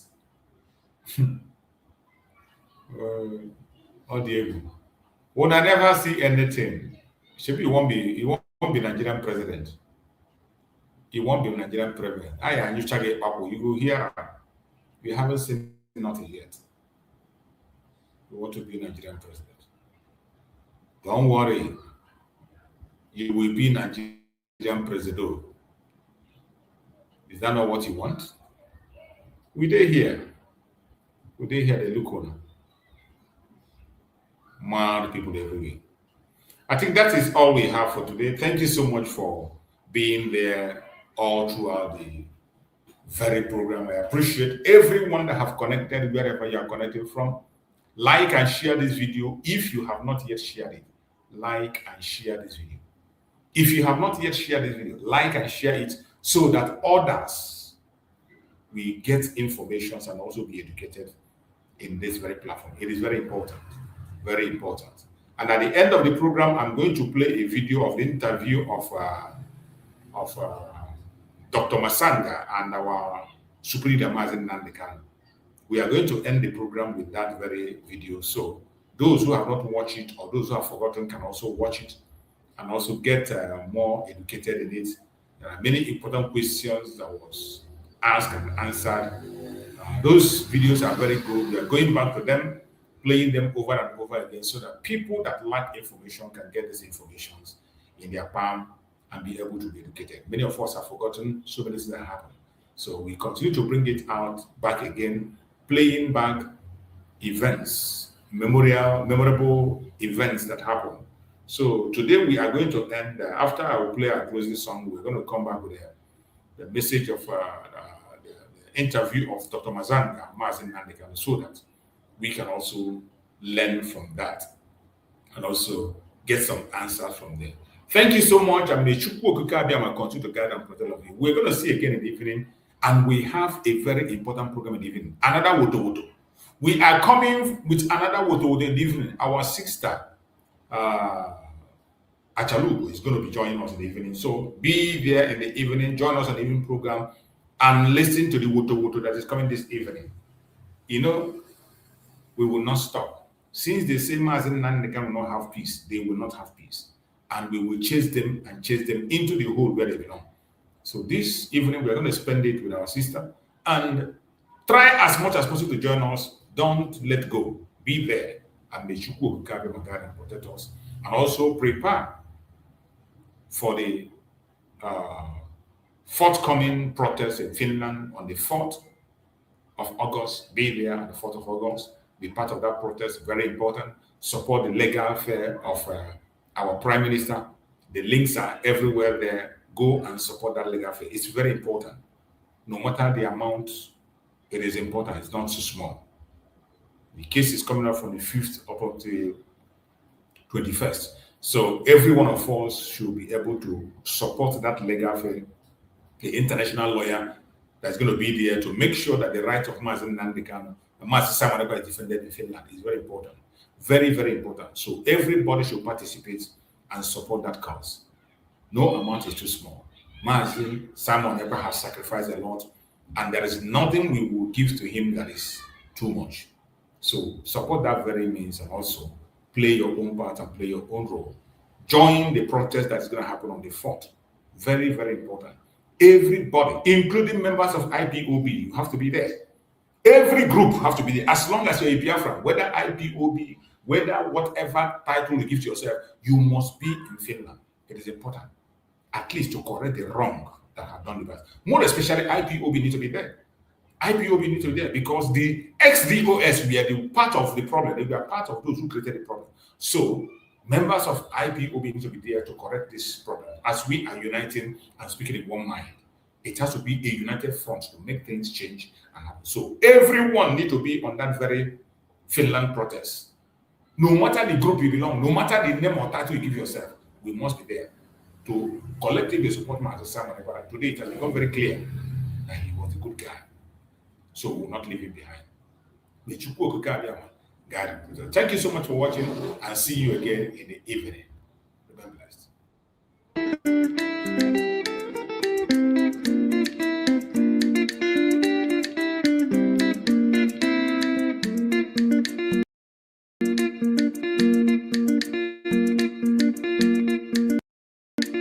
Charlie Papa Mohesia Papa oh Charlie Papa Mohesia ahe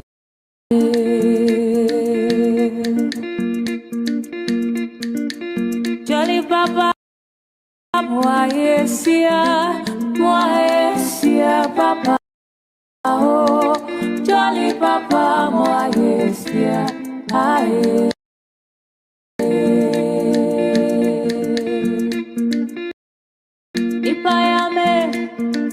Ipayame mara meda wasi ewada wachirami Ipayame mara meda wasi meda opa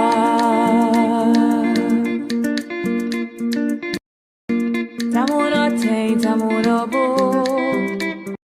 Oba sizizio Deme ho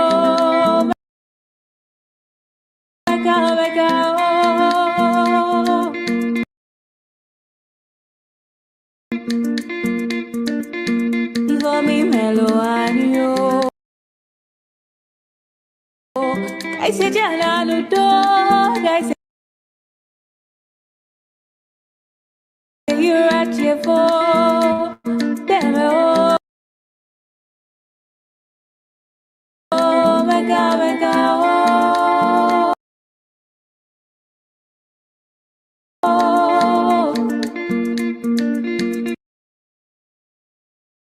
Kali Papa Mohesia Papa oh Charlie Papa Mohesia ahe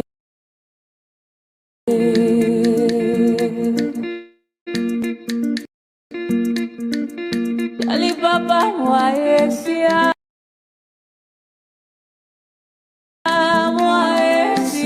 Papa oh Charlie Papa Mohesia ahe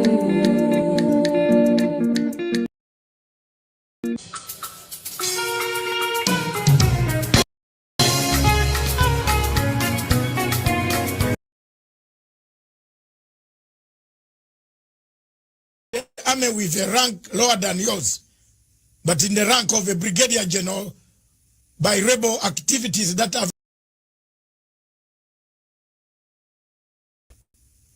to struggle, the struggle for my country. We shook hands and we left. But I want to ask a question. Why have you left Nigeria to collapse an economic big hub for the people of Africa? We look at you with the huge population, and you are there as a president, claiming to be a president. That you have no moral authority. You promised people in your first term, General Buhari, that you will finish Boko Haram in 100 days. Are you part of Boko Haram? These are the questions that I want to put across. Our television station wants people to understand why Nigeria is collapsing, why Nigeria is disintegrating. Is there a state called Nigeria anymore? Because I don't see it. It has fallen to bandits, hostage takers, kidnappers, Boko Haram, people coming, corruption, people coming in the southeast, killing people. The people of Onitsha. I have a friend in Onitsha who always documents everything. And by the way, Buhari, I'm also an international lawyer. I'm waiting for Fatou Bensouda to leave the scene. If they have spared you there, I'm going to take you there. I have a right as a citizen, as a member of the United Nations, as a member of International Criminal Court. My country has signed a signatory to ICC. I'll deliver you there. It doesn't need a Nigerian to deliver you in the ICC. So take notes on this show and understand we are not joking. You might joke with Nigerians whom you cut their limbs off every day. But some of us are going to take serious international channels to make sure that you land in whether you wait as a president today or a former president. You will be answerable to the atrocities that you have committed against the people of Nigeria and the Biafran people. Thank you very much. My guest today in the studio, whom I'm interviewing, this is the general headquarters of Punchline Africa Television.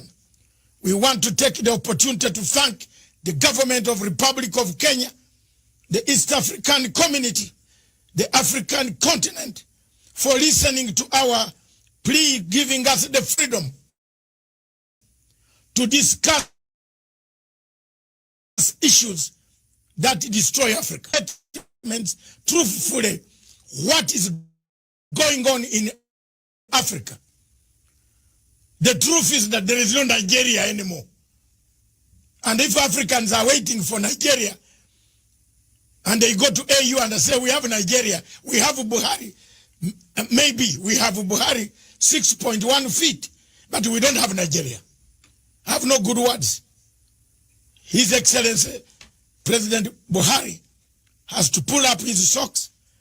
We are crying for the Nigerians, for the state of Nigeria. It is collapsing. The killings, the murder, the rape, the defilement, the destruction of property, the slaughter of youth, because of one thing they ask for, freedom to express themselves, is what makes me very upset. But let me cool down and I come to my guest. My guest today is Mr. Mazi Nnamdi Kanu, the leader of indigenous people of Biafra. Welcome to the show, Mr. Nnamdi Kanu. Thank you. Thank you very much, sir. And thank you for having me on your wonderful program today. It's an honor I've been looking forward to for a very long time. For very many years, we've been watching you, and I'm glad to be here today. Thank you very much. Today, we are honored, and we want to start off by giving you a chance for us to know you, because many of my people in Kenya, and as you are aware, Kenya is a member, is the chairperson of Africa Peace Security Council. The authorities in this country, Kenya, are watching. They want to know the difficulties that you have to apply for asylum, especially from the southeast of the Biafran area. They are here, and we should not keep quiet and tell lies. There are many here. They want to know in East Africa, in Uganda, in Tanzania, in Zimbabwe. I've found very many of them. Zimbabwe has given them a lot of asylum. We want to know you. Who are you, sir? I am Mazi Nnamdi Kanu, the leader of the Indigenous People of Biafra, IPOB. I represent every aspiration and hope that over 70 million people harbor all over the world. Our job is to restore Biafra in peace and not in pieces by seeking a very simple route via a UN supervised referendum or plebiscite, as the case may be. We are here to restore our land to the way it was before the white man came. What we are doing is nothing against Nigeria per se. What we are trying to say is Nigeria as presently constituted is not working, and we are doing all we can to try to raise the levels of human development, of our understanding, education, health sector, the economy, and all the rest of it. If we continue to remain in Nigeria, not just are we going to suffer, but the whole continent of Africa is going to suffer as a result, as a consequence of the ineptitude, the corruption, the backwardness, the retrogressive mindset of the people who are presently in charge of that very place. Initially, most people tend to see us as not being Pan-African enough. I am a Pan-Africanist. I believe in the unity of the African states. My preference will be for Africa to have one nation, one government, one people, even one language if that is possible. I am a subscriber to the very fine influence of Kiswahili amongst the people of East Africa. And I wouldn't mind if that were to be the lingua franca for sub-Saharan Africa. I don't mind at all. But we must face credit and we must face facts. We as Africans are tribal by nature. We are ethnic by nature. That is why every Christmas, every Easter, every celebration that we have, we go back to where we come from. We go to our villages, we go to our town. That is who we are. And we're not going to deny that. What we are trying to do is to reassert who we are before the white man came and destroyed every vestige of honor and dignity that we once had. And in Biafra, we are going to restore that. And from Biafra, the rest of Black Africa will also be free. Thank you very much. Thank you very much for explaining the position of Pan-Africanism. Because critics talk about, as much as we are Pan-African station, we always talk about Pan-African unity. But I've argued my case before the AU, and they said, you cannot talk of Pan-African unity. One part of Africa is bleeding. How that cannot be? In Nigeria, there's one part bleeding. In Gabon, Cameroon, there's one part bleeding. We can't talk about Pan-African and leave people who are bleeding. I am happy that you have touched the word Pan-Africanism. Many Africans, including your former leaders, have said Nigeria needs rearrangement. I picked something from you. I want to see this rearrangement. What is this? Babangida. Former President Babangida said Nigeria needs rearrangement because it can't work anymore. The marriage cannot work. Yes. That marriage cannot work. It is true that they are told go home, where yet the home is Nigeria. Abuja is Nigeria. I've done investigative work undercover, and I've discovered all these things. I'm not being told by you, but I've been with my Nigerian people who have actually ended up being discriminated in their own country. So given this scenario, I want to find out from you, from what perspective do you think Africa should come in, the whole of Africa should come in to bring the plight of the Biafran people, the indigenous people, whom you have been fighting for? How do we come in as Pan-Africans? How you can come in is by doing what very courageous leaders in Africa did in relation to the case of South Sudan. because in the case of Nigeria, the center can no longer hold. Everyone knows, the whole world is aware of the fact that we are ideologically, psychologically, culturally, religiously, and socially diverse. There is no meeting point. It's a very good thing that you talked about East Africa, for instance. In East Africa, there is some semblance of cohesion because Kiswahili is the lingua franca. Perhaps somebody from Uganda may understand somebody, or should I say some people from Tanzania. Some Tanzanians may be able to understand somebody, let's say, from Rwanda, because they speak the same language, they have the same understanding. So that is the basis for building something called a national cohesion. In the case of Nigeria, that is conspicuously absent. It doesn't exist. Now, the fact of the matter is this. Africa, the way it is presently set up and constituted, are merely colonial constructs, where you have people coexisting happily together. Perhaps they are very fortunate.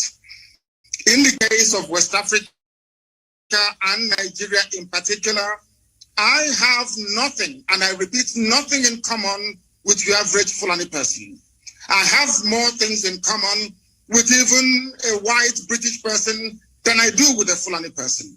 I mean, we have nothing in common. Their value system is markedly different from ours. We cannot see eye to eye. I give a very simple example. The recent case of the banning of the movement of cattle on foot in the southern part of Nigeria, for instance. In the north, that is a normal thing for them to have. But in the south, it is absolutely strange having people walking around your neighborhood with AK-47. At the slightest provocation, they kill people. That type of culture is alien to those of us from the south. And that's what we are trying to say. And it's a very good thing that we are not alone in seeking for a distinct, or should I say, separate identity. Our Oduduwa, our Yoruba brothers are also asking for the same thing, because they too have come to the realization that this Nigeria is unworkable. The Middle Belt is doing the same thing. It is not born out of hatred for anybody. That is the mistake that people keep making all the time. Most analysts and, should I say, news journalists tend to think that somehow we hate Nigeria. Of course, that is not the case. What we deplore, what we detest and cannot live with is the level of hypocrisy, the level, and this is what I want all Pan-Africanists to be able to see, that Biafra will be there piloting and moving the affairs of the whole of Africa forward. Because we have said it repeatedly, without Biafra standing on its own, the rest of Africa will continue to suffer and to flounder. And for us to be able to get to where we are supposed to be to, there has to be a very comprehensive and holistic rearrangement of the present state of Nigeria. You are well aware. I ask you to go and read at the comments and statements coming from Katina Lang, the British High Commissioner to Nigeria, for the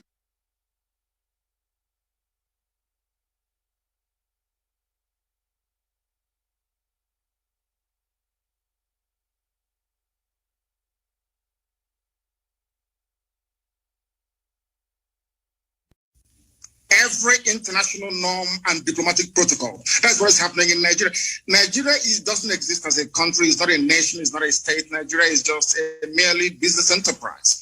That everyone with a vested interest in Nigeria, by which I mean most European countries with their companies in the oil and gas sector in Nigeria, all they want to do is to exploit and to take away without adding anything in. Ogoni hasn't been cleaned up. People are dying in River State, right across from Iguacha and then the coastal region. Everywhere you go, there is mayhem and disorder. In Lagos this morning, the same thing. Everywhere you go to, Nigeria is crumbling because there is a palpable agenda of the Fulani Janjaweed Caliphate to take over the lands belonging to indigenous populations. And we have said no to that. We're not going to allow it, and we're not going to have it. Okay. Thank you very much. You brought me to a very serious question. A question that has been nagging both the locals, Africans on the continent, and the question of external darker forces. You have just mentioned people who are running the show, the oil companies. For example, they are watching. They have never raised anything on BBC, CNN, or international agencies. We don't hear, apart from we struggling as Africans ourselves, these agencies are not helping to say there are human rights abuses in Nigeria. For example, Nigeria, the American embassy closed its consulate in Abuja because of the huge numbers of people applying for asylum to go to the United States. But American embassy did not go far, and the American government did not go far to condemn and put sanctions on Buhari for failing to contain the malaise that has killed Nigeria. Two, if you look at the Total Oil, Shell BP, they have taken part in extraction of minerals, oil, and so on and so forth. They are doing it when they are seeing human rights abuses in the southeast of Nigeria. What do you say about that? It is because we allowed them to. Total is an oil company, is a private concern. Of course, it's a huge corporation, we know that. The same goes for Shell, for BP, for Halliburton, for ExxonMobil, and all the rest of them.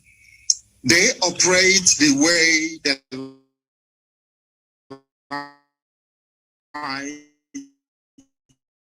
in Africa because we've a lot of, but the type of environmental degradation and damage that we're witnessing in Biafra land do not obtain in Texas because there they have laws governing their operation, how they exploit, how they extract and distribute this very vital natural resource.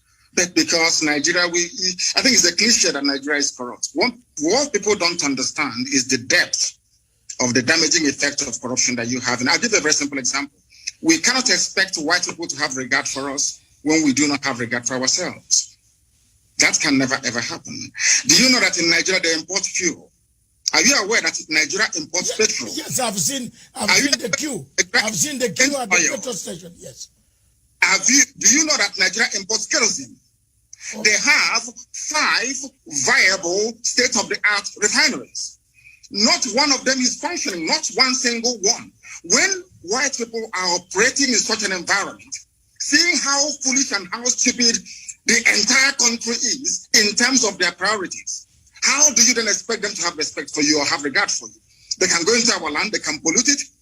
Katrina Lang, the British High Commissioner to Nigeria, can be running the show, organized, because there seems to be a recognition that these people do not reason like human beings. That is the fact. That is the fact. Tell me what an ambassador will be doing, crisscrossing the entire nation, telling them how to run their security architecture, telling them who to kill and who to spare. Our lawyer had the mom killed 2 days ago. Barrister Okorafo, the mother was assassinated only 2 days ago. All because he was exposing what the army is doing to innocent people. That tells you all you need to know about Nigeria. Nigeria is an albatross around the neck of Africa. Nigeria is the only country in Africa actually dragging Black Africa backwards because of their ineptitude, because of their criminal mindset, and because of the drive of the Fulani to dip the Quran in the Atlantic Ocean. That is the problem. There is nothing wrong with Islam, don't get me wrong. There are some very wrong interpretations of the religion of Muhammad that the Fulanis are using as a driving factor in their push to take over the land belonging to the indigenous people all across Nigeria. They've done the same thing to a relative extent in the Middle Belt. They took a chunk of Yoruba land in Ilorin, where they have an emirate today. The same thing they're trying to do in our land, and we said no to it. And the whole world is there. The US mission is in Nigeria. The UK is in Nigeria. EU is in Nigeria. The UN is in Nigeria. And there is wholesale murder and slaughter of people going on in Biafra as I speak to you right now. This very minute.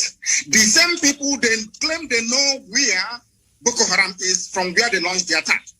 The same country is openly supporting ISIS in West Africa. Go to the newspaper pages yesterday, you will see it there. Nigeria government actually supporting ISIS to take over the terror franchise from Boko Haram. They're not hiding it anymore. There's a terrorist who is there as a minister. Now tell me which country in the world will allow a terror sympathizer to be a minister of state? Only in Nigeria. How can such a country be allowed to exist? Because of what some corrupt people are gaining in America. Because of what some corrupt individuals are gaining from Europe. Because of the corrupt tendencies of Catherine Lang, who is the UK High Commissioner to Nigeria. That is what is happening to us. And because we have no reason up to challenge this very orthodoxy of repression and oppression, that is why that woman keeps gallivanting all over the place, deciding who should live and who should be killed. It is not the fault of Total, not the fault of Shell, not the fault of Mobile. We allowed them, we created the environment to allow them to be so corrupt that now they're controlling our lives. And that is what Biafra will be to an end. I did not say that Biafra will stop the business of Total. I never said that we will not do business with Shell. No, not at all. But it has to be business between two human beings, not a set of human beings and one set of animals. Thank you very much for that question. Let me come back to the question of referendum. You parted ways, and most of us have parted ways with Buhari about the referendum. The people of Biafra have said, and the entire Nigeria, not only Biafra, most people that I meet or whom I've met, including Obasanjo, several times I've confronted Obasanjo. By the way, me and Obasanjo, we can't sit on the table for 2 minutes without exchanging tables because I can't manage. I have asked, and Obasanjo asked, why don't you give a referendum? The marriage is broken. The marriage is gone. The marriage is not worth it. Do you think the referendum issue now can help to stabilize Nigeria? And if so, when and how can African Union, the Commonwealth, the European Union, and the UN can help to make sure that this referendum is put in place? The only way to go is a referendum, because I am a Democrat at heart. I believe that the democratic will of the people must be expressed at all times, and that is the basic governing principle of any viable society. I am an advocate of referendum, and the sooner they conduct it, the better. It's been muted in the past through their so-called rejigging of their constitution, through their so-called sovereign national conference, which has been coming on and off from time to time. Any new arrangement that seeks to keep Nigeria together as one must be subject to the will of the people. So either way, a referendum is going to come anyway. It may be delayed, but it is ultimately going to come. Now, one thing you must understand is this.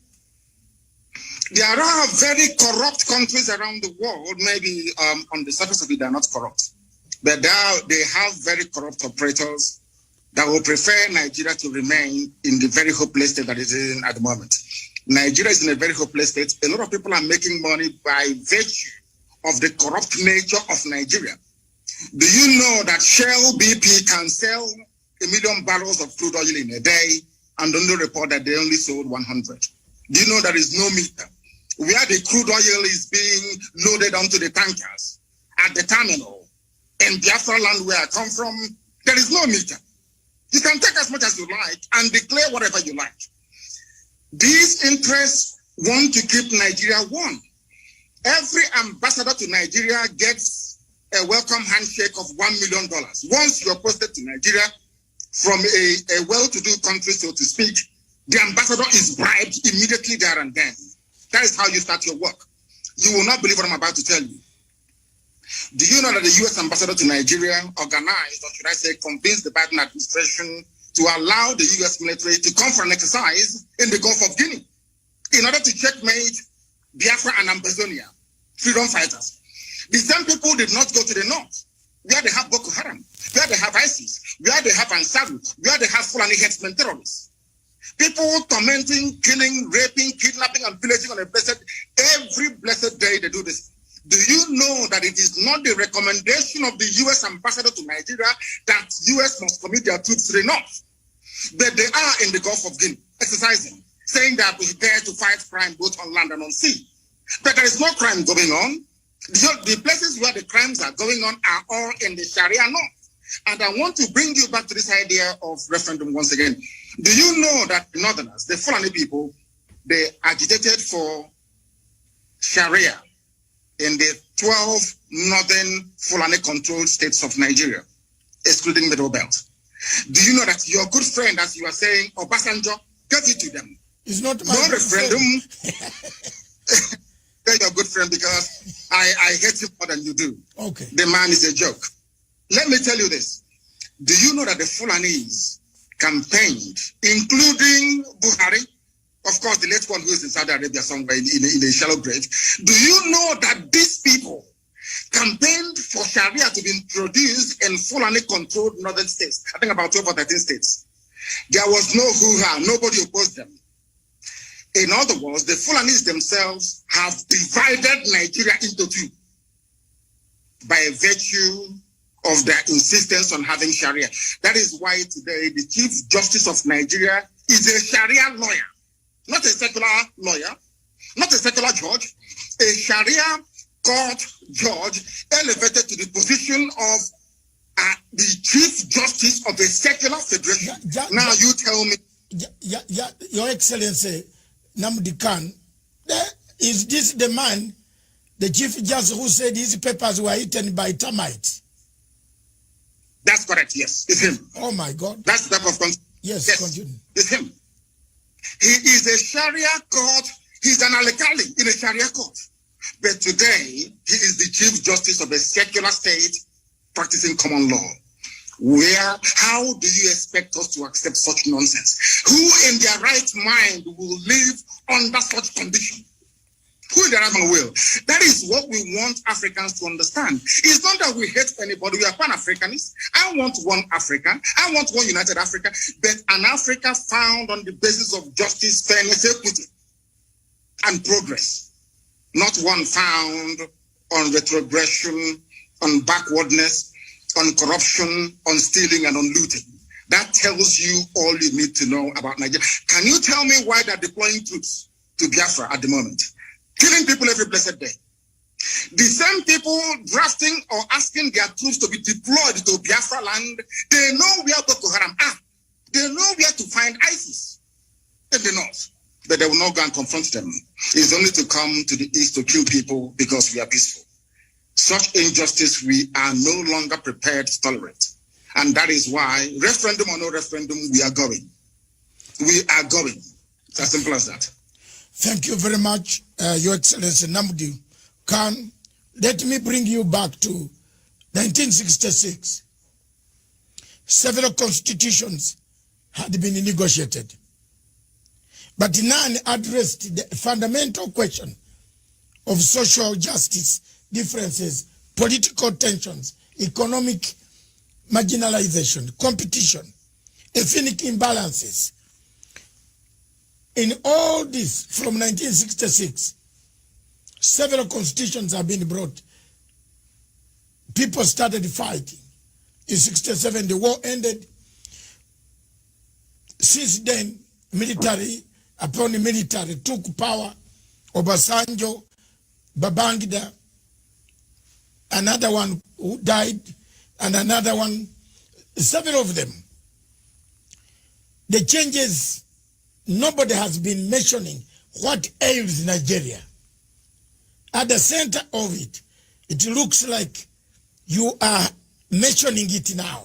I can see, any observer on Nigeria can see your plight, like just as we can see the plight of many African countries. When you talk of 13 states having Sharia law, a Chief Justice who says his papers were eaten by termites becomes the Chief Justice based on Sharia law and using Commonwealth common law. Now, should the changes be made and should the adjustment be made, Is there any hope that Nigeria remains alone? This is a question from a very senior head of state in Africa. He has asked me just now, I should put it to you. It's from southern part of Africa. Can Nigeria remain together in case these are addressed? Yes, sir. It is up to the people of Nigeria to decide if they want to be together or not. During a referendum or a plebiscite, I'm only entitled to just one vote. Only one vote. It is now left for the people to decide what to do. That is why we said to Nigeria, we don't want to break away unilaterally. We want it to be done with the consent of the people. And during the early life of this APC terrorist regime in Nigeria, they did actually mute the idea. They discussed it among themselves that whatever new arrangement is being proposed must be subject to the will of the people. I will say to that question, let the people decide. Anything they decide, I'll go with it. Anything that people come together to decide, this is what we want to do, I will submit myself to because I am a Democrat. What I'm trying to say is that the present condition of Nigeria is no longer tenable. It is no longer tenable. It cannot be tolerated any longer. And that's why we're doing what we can legally and legitimately to bring it to an end. Okay. Let's come to African Union. President Uhuru Kenyatta is the chairperson of Africa, or Kenya is the chairperson of African Union Peace Security Council. He is the chairperson of all peace and security arrangement in Africa. He is also a member of United Nations Security Council, representing Sub-Saharan Africa. He has huge numbers of Nigerians seeking asylum every day in Kenya, Uganda, Tanzania. What do you want him to hear? What do you want him to hear now? What message do you give to them, to the AU, that the situation is not as they think, so that people can wake up and help you? What I want President Uhuru Kenyatta to understand is this. Contrary to all the fallacious lies and misinformation coming from Nigeria, we are not against African unity. We want Africa to prosper. And what is happening from what you've said, what they're experiencing now in Kenya and in other East African countries in terms of the huge numbers of people seeking refugee status and asylum, is indicative of the decay and the death that Nigeria is going through at the moment. And unless they step in now to do the right thing, believe you me, they will get millions upon millions of people asking for asylum in their countries in no distant future. Let it not be said that the disintegration of Nigeria will somehow bring an end to Africa's cohesion and unity. It is a lie. It's a lie. It will strengthen it. Nigeria is the country dragging Africa backwards, being purportedly the most populous nation, black nation in the world, with vast reserves of oil and gas in my land in Biafra. A lot has been expected of Nigeria over the years, but each time they have failed. If you go to a place like Rwanda that I'm sure you have been to, if you go to Kigali and see what Paul Kagame has been able to do with meager resources that they have, I am sure the same transformation is taking place all across Ethiopia, taking place all across Kenya. You can see viability of economic life and prospect. None of that exists in Nigeria. They only sell crude oil and they import everything, including refined petrol as well. What I want African leaders to understand today is this, that Nigeria is the problem of Africa. If you terminate Nigeria, it's like a cancer growing somewhere on the body of Africa. Once you get rid of Nigeria, believe you me, Africa will spring to life. Let them not be deceived. Don't allow yourselves to be deceived to think that we need this huge country with huge population and vast natural resources to be relevant in the world, on the world stage. That is a lie. Because the size of Nigeria, the way it is today, was predetermined by our colonial masters. Britain said, we want to use Nigeria to influence every other country in Africa. That was their game plan. Britain wanted to control Africa through Nigeria. It's there in the official documents. And I'm saying to Africans today, don't allow that to happen. As you say, the level of Fulani mediocrity in Nigeria has made it almost impossible. The best way for us to go is for Africans to understand that Nigeria is a tumor, a cancerous tumor, very dangerous one. Cut it out and Africa will be free. Okay. Thank you very much. I just want you to take a slow pace now. I want to come to ask a question that has happened to me also. We seem to be swimming in the same field. That's why you see we are the same. The loss of your parents. You did not attend. I also did not attend the death of my father. I have never buried him. I am in the same category like you. I want us to go slow and say, we are not allowed to attend to bury your parents. How did you handle this? I know I am slightly older than you in years. I have handled. Are you sure? Yes, I am. Are you sure? I'm 65. My goodness, you look very young. Yes, I'm 65. And that's very good. I have, when I lost my parents, I was also in exile in Britain, and I could not bury them. How did you yourself handle this matter, and how do you encourage others? There are millions of refugees on the African continent, in South Sudan. Some of them don't know where their parents are. But the people have gone to make political leadership, but they have forgotten accountability. That's why South Sudan peace process is collapsing, because there's no accountability. So how did you handle that? And did it encourage you and give you resolve to keep pushing for a better Nigeria or a better Biafra? Please. It's kept me pushing for a better society for everybody. Everybody, not just within Biafra or within the wider Nigeria, but across Africa as a whole. Because what concerns one black person actually should concern another black person as well. I put my parents' murder by the Nigerian state into context. The only thing that matters to me is the freedom for Biafra, of which I am prepared to pay whatever price that God requires of me to pay in order to ensure that Biafrans are set free. That was how I managed to, should I say, compartmentalize that very grief at that moment in time. And I might also add that my mother-in-law is dead as a result of the same thing. 2 days ago, one of our lead attorneys, they actually threw a hand grenade into the mother's car and killed her and burnt her body only 2 days ago.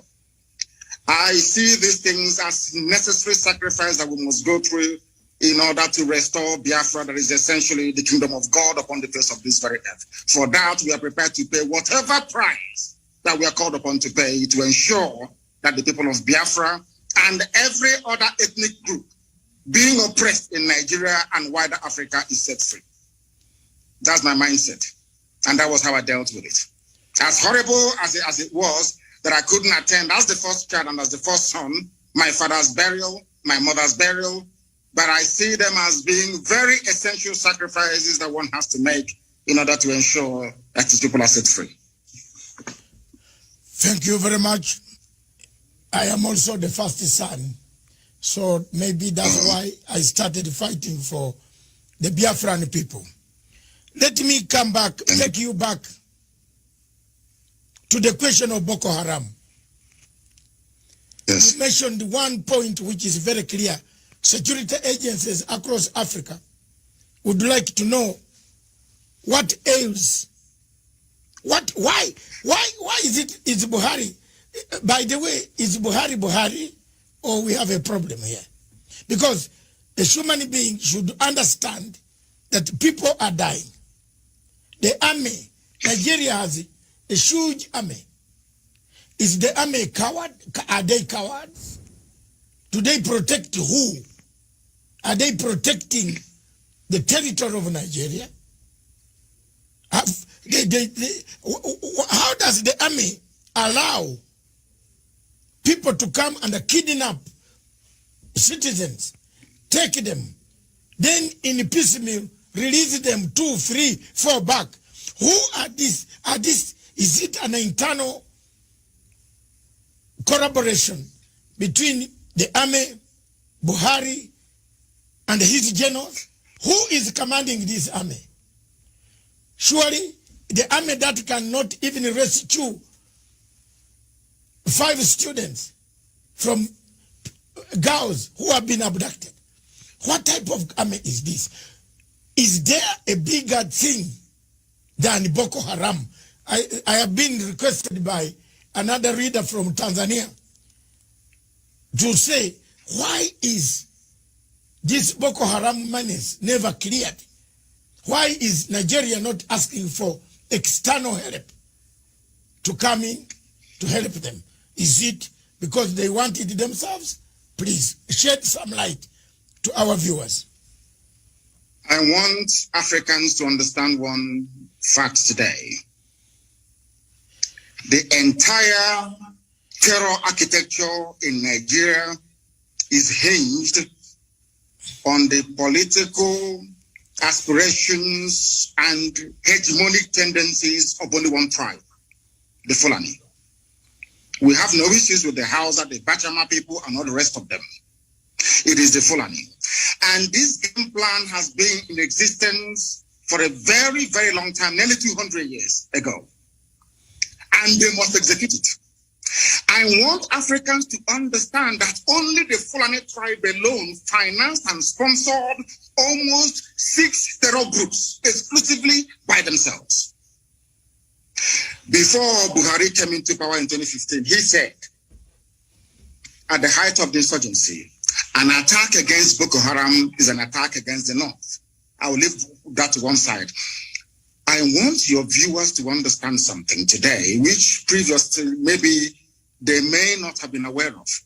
Do you know that Boko Haram nominated Buhari as their chief negotiator in 2014, 2015? Are people aware of that at all? Do you know that these same people only a few years ago said that these murderers and these rapists, they are our misguided brothers? Do you know that their so-called Sheikh Gumi, who happens to be very close to the presidency, I need you to understand this very clearly, the one negotiating with the bandits, are you aware that their recommendation is for ISIS and Boko Haram to merge together, that they can come south? I want these points to be noted by your viewers all over the world. So when you see these people, you ask them these questions. Do you also know that the leader of the dreaded ISIS in West Africa province, ISWAP, his name is al-Banawi. Al-Banawi is the son of Yusuf Muhammad, the founder of Boko Haram. Do you know that this man was arrested around about the same time that I was in detention in 2015? Do you know that he was released without trial on the orders of the presidency of Nigeria? Do you know that the 4th largest terror group in the world, the Fulani headsmen, which the whole world knows, the 4th largest terror group in the world, the Amiyet Yala, do you know that the presidential spokesman came out and said live on national television that these terrorists are legitimate stakeholders in the government, in the governance of Nigeria? Are you aware of that? Do you know that despite telling the whole world that these murderers and these killers are from the Sahel, they are not Nigerian Fulanis? Do you know they're forcing us today to give them our land so they can settle in perpetuity? Are you aware of that? Let me also shock you this morning. From the office of the Inspector General of Police of Nigeria, a letter came out titled Terror Elements to Expand Frontiers of Attack. In this very letter, signed on behalf of the Inspector General of Police of Nigeria, of which Katona Lang and the U.S. Ambassador are both aware. Here, they mentioned the specific places where they claim the leaders of Boko Haram are hiding. Understand this? I want the world to know that this Fulani expansionism is a well-planned, orchestrated move to take over the land of indigenous people and hand it over to marauding Fulani nomads across the Sahel. A letter from the IG of Police of Nigeria. In this very letter, they mentioned the names of the places where they felt or they believed their intelligence told them that these people are hiding. They did not send Nigerian army or police there to go and confront them. Instead, they sent them to Imo State. They sent them to Abia in Biafra land and gave them an order to shoot at sight. And I want you as a journalist, I want you as a lawyer to go back and investigate through the history of Fulani-funded terrorism and insurgency in Nigeria. Try and see if there is any instance where the IG of police or the chief of army staff has ever said to the troops, shoot at sight anywhere in the north. It's never happened before, only in Biafra a few days ago. That is to tell you that this is a well-planned pincer movement, basically from the east and from the west, in order to try to take over the geopolitical space of Nigeria for Fulanis across the Sahel. These are the things you need to ask yourself this question. You've been talking about Boko Haram, ISIS, all these murderers all over the place. Ask yourself this question. Has any Boko Haram been convicted before of any crime in Nigeria? Ask yourself this question. Now, let me put it to Africans and to the whole world at large on this your program today. I know that a while back, Al-Shabaab attacked a few shopping malls in Kenya. Is that correct? Yes. Now, maybe you live in Kenya. You are now residing in Kenya. Is that correct? Yes. Don't worry. Yes. I am here. Now, how do you think Kenyans will feel if President Uhuru Kenyatta were to grant some kind of amnesty to Al-Shabaab to now say, Al-Shabaab, you know what? Come and become part of Kenyan army. How would you feel? I think the Kenyans will go to the streets. The Kenyans will catch the Al-Shabaab and will roast them on the streets. Now, let me tell you this. This is something that Africans don't know. Yes. Do you know that Nigerian army being sent to Biafra land today contains elements of Boko Haram and ISIS in it? Yes. Because they are now part and parcel. I've seen the reports, yes. Now, let me ask you this question. When people say we shouldn't fight the army or their police, how do we know who they sent to us? How can you distinguish between a terrorist in army uniform and a serving patriot in Nigerian army? That's the question I'm asking the whole world to answer. How do we know? They incorporated terrorists into their security architecture. How do we know who is who? Okay. How? How? Thank you very much, Your Excellency.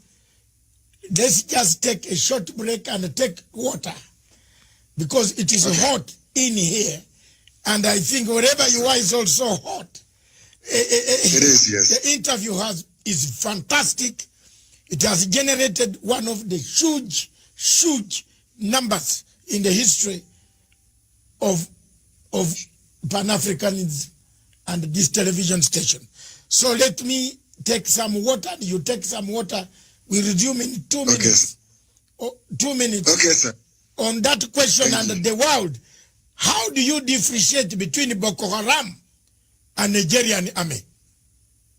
When Simple question. When Boko Haram has been inscripted, that's better English, inscripted in Nigerian army to come and kill the people of the southeast. That is the question on the table. When we return, this is Matsanga Africa perspective. In Matsanga Africa perspective, we look for hot spots. One of the hot spots is Nigeria. Is Nigeria disintegrating? Is Nigeria fragmenting to pieces? Is there leadership in Nigeria? Is General Buhari the general we saw 10 years ago? Or this is a different person? How can a leader allow his people to die? How can you inscript a Boko Haram to be a minister in your own government? Oh my God. Is there something wrong? A country that we all looked at as a country, the big giant of Africa. We saw everything in Nigeria. Now it looks like what my good writer, the man who wrote the things fall apart, Chinawa Achebe, was right. The center cannot hold anymore.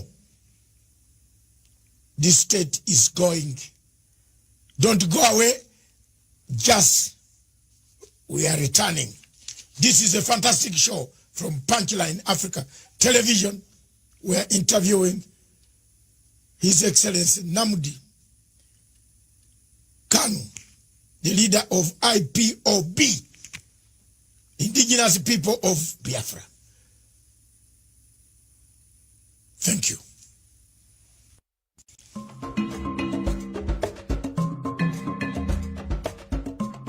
Conflicts exist on this continent. One of the most ranging conflicts on the continent of Africa is the question of Biafra. From 1965 or before that, the Biafrans had their own institutions. Before the colonial master arrived, they have agitated themselves, they have told the world they want fair treatment in a nation called Nigeria. Successive regimes have always trampled upon the rights of the people of Biafra, destroyed them, killed their younger men, assassinated many, deported many, excluded many, forceful deportation out of your own country. Time has come for the new generation in 2020, 2021, 2022, for people to sit down to find an everlasting solution to the conflict that is around that region. President Buhari promised us that he will finish in 100 days, the first term of office. Boko Haram will be dead. Today is finishing his second term. Boko Haram is even more vibrant than his own shoes. We have landed in very serious murky waters that the people of Nigeria don't know which direction they are going. The people of Nigeria, a big country with a big population, an economic hub of West Africa and Africa, with the biggest reserves of oil, still lingers in poverty. The poverty and the rich gaps in Nigeria are wider than the distance between, Mars and Earth. What can we do for our countries in Africa? How do we unite? For us, our role is to speak, to defend the voiceless, to chart our way forward, to find a solution. The only way solution can be got on the Biafran issue is a referendum, which Buhari and the government present have refused. But sincerely speaking, Nigeria needs rearrangement. If that rearrangement does not come today, tomorrow, or the other day, one day it is going to explode. People can be pushed but it cannot be pushed beyond what Biafrans have been pushed. The suffering is too much. Pictures that I cannot show on this television. I call upon President Uhuru Kenyatta as a member of the United Nations Security Council to see that some of these problems should be resolved and a resolution is passed of sitting down to understand the difficulties of the nations, especially in Nigeria, in Cameroon, because the problem of Biafra is also similar to the problem of Amazonia. The English-speaking people have no say in Cameroon. They are taken as second-class citizens. Biafrans are also taken as second-class citizens in a country called Nigeria. Their problems are compounded with a dictator who has lost direction, who doesn't know where the wind is blowing from, whether east of Sahara or west of Sahara. He's going north when the wind is going north, south. Therefore, it's blown one leg going up, one leg going down. Look at the picture of Buhari standing 6.1 feet, being blown apart. Thank you.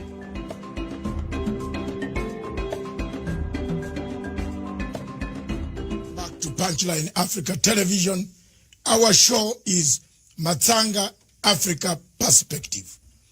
In Matanga Africa Perspective, we look at what ails Africa, what kills Africa, what makes Africa be called a continent of savages.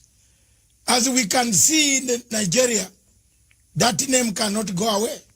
Boko Haram is killing people, taking people. We have incorporated it in the system of the Nigerian army, brought them back without remorsefulness. They have not done any reconciliation.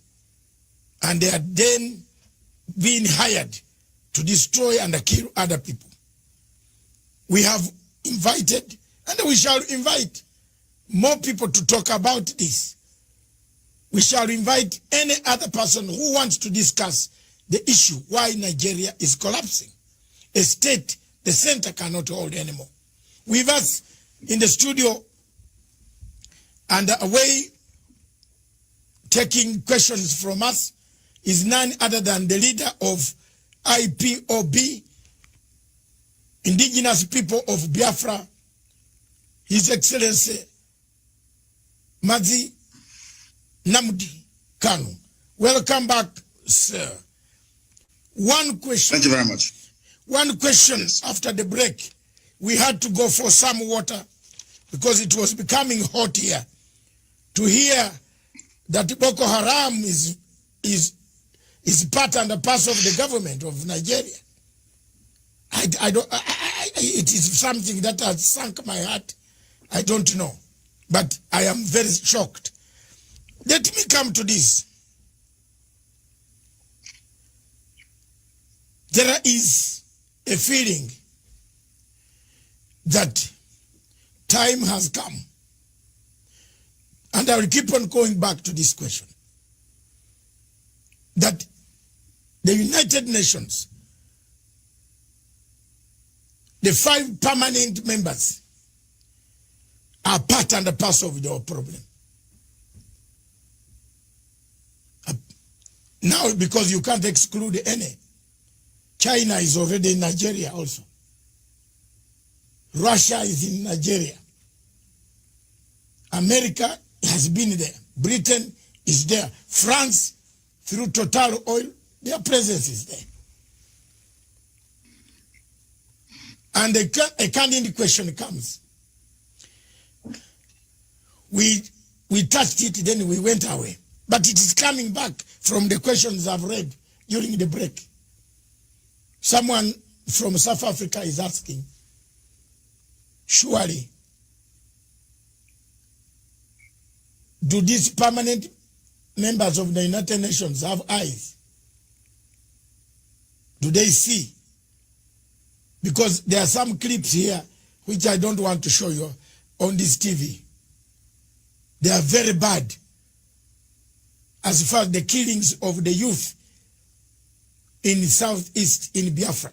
The killings, the slaughter, the torture by the army, by Nigerian army. How they tie youths on their Land Rovers and roll them around the villages. I get these pictures every day from Onitsha. These are not photoshopped.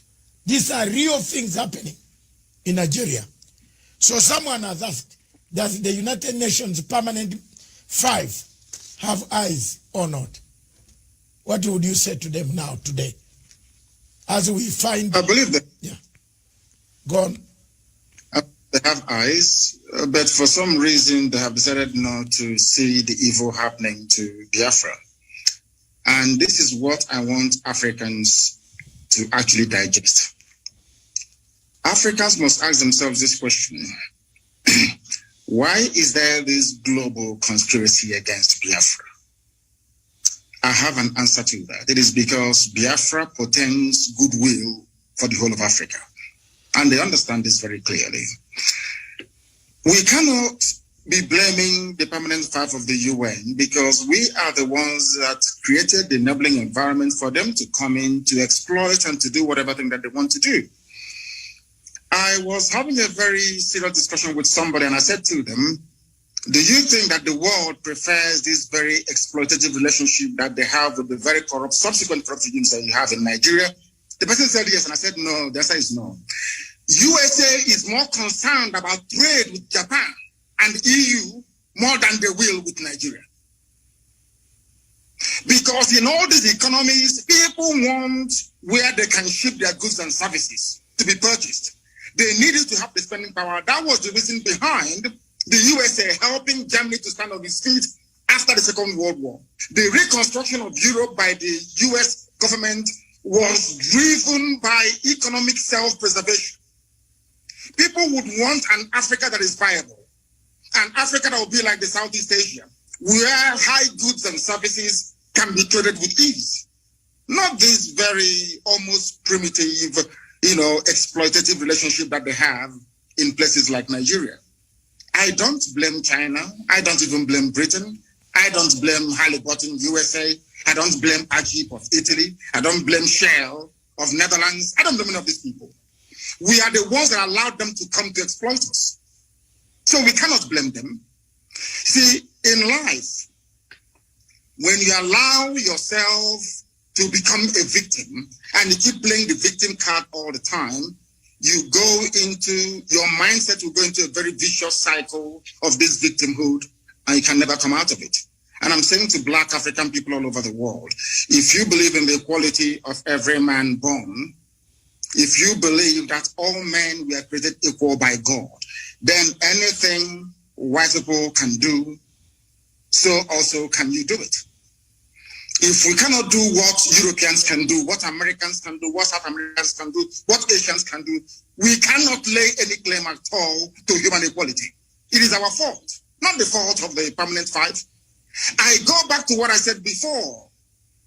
It was these same people that gave oil and gas concessions to the United Kingdom. That was why they prosecuted the Biafran war for them. It wasn't a white man. These were Black people. Gowon is a Black man. It was Gowon that said no to restructuring. Obasanjo fought on the side of the colonial masters. That is the history of Africa. Joining your oppressors to defeat your own people. That's exactly what is playing out in Nigeria. Nothing more, nothing less. I cannot possibly apportion blame to anybody whatsoever. We should be blaming ourselves because in Africa, we tend to blame other people all the time, whereas the fault lies with us. The fault is ours. I remember one thing that the Chinese government said in 1999 when they took back Hong Kong.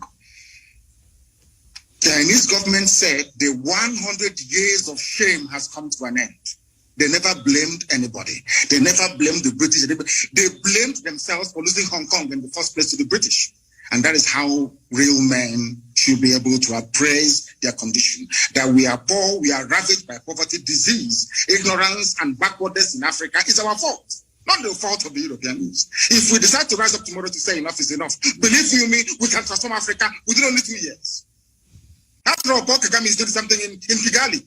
Why can't we replicate it everywhere else? We must learn to put our people first. When a head of state gets up in the morning and buys a property in Europe, what do you expect? That means you don't love your people. When he gets up in the morning and decides to buy a private jet, that means he doesn't love his people. And these are clear facts. I cannot blame anybody for our plight. I blame ourselves for it. And that is why we are rising up. And I want to make this thing categorically clear so that the whole world can understand me. It doesn't matter what they do. It doesn't matter what the greatest powers on this earth does in relation to Nigeria. Biafra is going to be free, or we all die in the process. I swear to God Almighty in heaven. Death is better than what we are passing through right now in that zoo called Nigeria. And we must be free. I said must. We are not begging anybody for it. It's about, before the white man came, there was Biafra. Before Britain was created, Biafra existed for over 5,000 years before the formation of Britain. How did they decide where I should live? How did they decide which identity I should have? How can a white man come from Europe and decide to call me a Nigerian? What is the meaning of Nigeria? Nobody knows. We must go back to who we are. Be proud of who we are. I am a proud Biafran. I can never be a proud Nigerian because the name Nigeria has no meaning. No meaning whatsoever. Not even in Swahili, it has no meaning. How can a white man come and create a country for me in Africa and I'll be holding their flag running up and down saying this is my country? Who said so? Can I go to Europe and create a country in Europe for them? On what basis is our argument of human equality when Europeans can come to Africa and create countries? We cannot go to Europe to create countries. How can that be equality? Oh. That is why some are racist towards us. And that is why we must rise up now, not tomorrow, to support Biafra. Biafra is the beginning of the true emancipation of black people. Ask Julius Nyerere and he will tell you. Thank you. Julius Nyerere, indeed. In 1967, the late Julius Nyerere was the first man with Dr. Milton Obote. That's why I, on this microphone, I still carry the flag of Dr. Milton Obote. They are the first countries in Africa to recognize Biafra. So in case people are asking why we have interest in Biafra, I follow both the leaders because I have lived in Tanzania and I am a Ugandan. And I live in Kenya. I live in Europe. I'm a global citizen. I follow Pan-Africanism. Indeed, one other question before I bring this to your side, you address your people, and then we make it, call it a day. We have covered most of the things. Some of them you will bring them in your own address, which you will be given a chance to do so in 15 minutes also. There are so many ways, constitutional ways, of struggling for freedom. I believe you know where I'm going now. Yes. We have tried. For over 10 years, you have tried. You have done so well. You have awoken the people and said, wake up. We are being slashed one by one. Buhari has allowed people to buy daggers.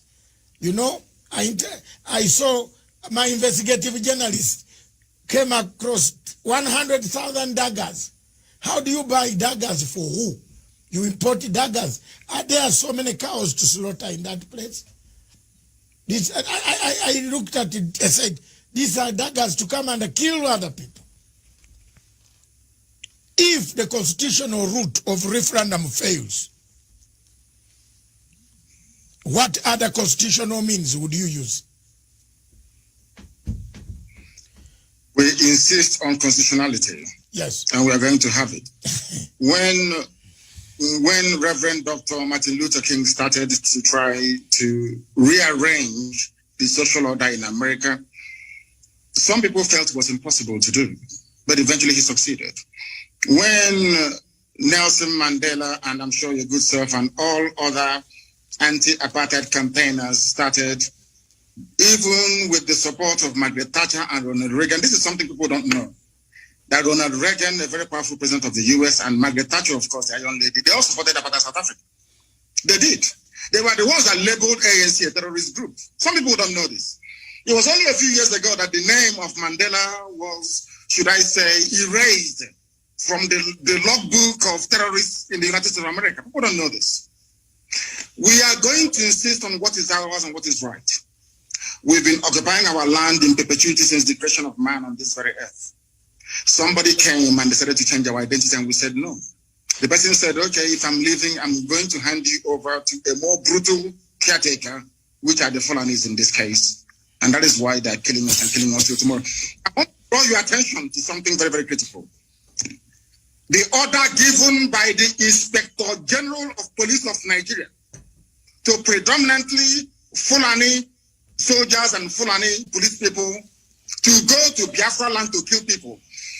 Had this announcement been made by any other police chief anywhere in the world, believe you me, there will be someone to appear in Hague the next day. I want to read for your audience. I'm going to quote him verbatim what he said. The IG of police in Nigeria said, he's a Fulani man, mind you, don't mind the media shout, do the job I command you. If anyone accuses you of human rights violation, the reports will come to my table and you know what I will do. So take the battle to them wherever they are and kill them all. Kill Biafrans all. Don't wait for an order. What another order are you waiting for when Mr. President has ordered you to shoot anybody carrying AK-47 assault rifle? Quote me, even a dead policeman can be tried and dismissed from the force, and his family will not get his benefits. And this is from a police chief. Do you know the funniest thing, or should I say the most astonishing thing of all? The EU has a presence in Abuja, in Nigeria. The British High Commissioner is there, Katuna Line. The US Ambassador is there. They've not said anything at all. In other words, that leads us now to believe that exactly what happened between 66 and 1970 is about to happen again, which is kill as many Biafrans as possible. I want all Africans to understand this, that this very policy of genocide and slaughter is sanctioned by the US Ambassador in Nigeria, sanctioned by the UK of all people.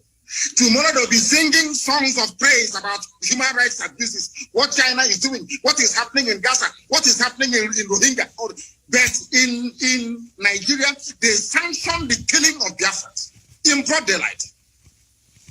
What sort of justice is that, I ask?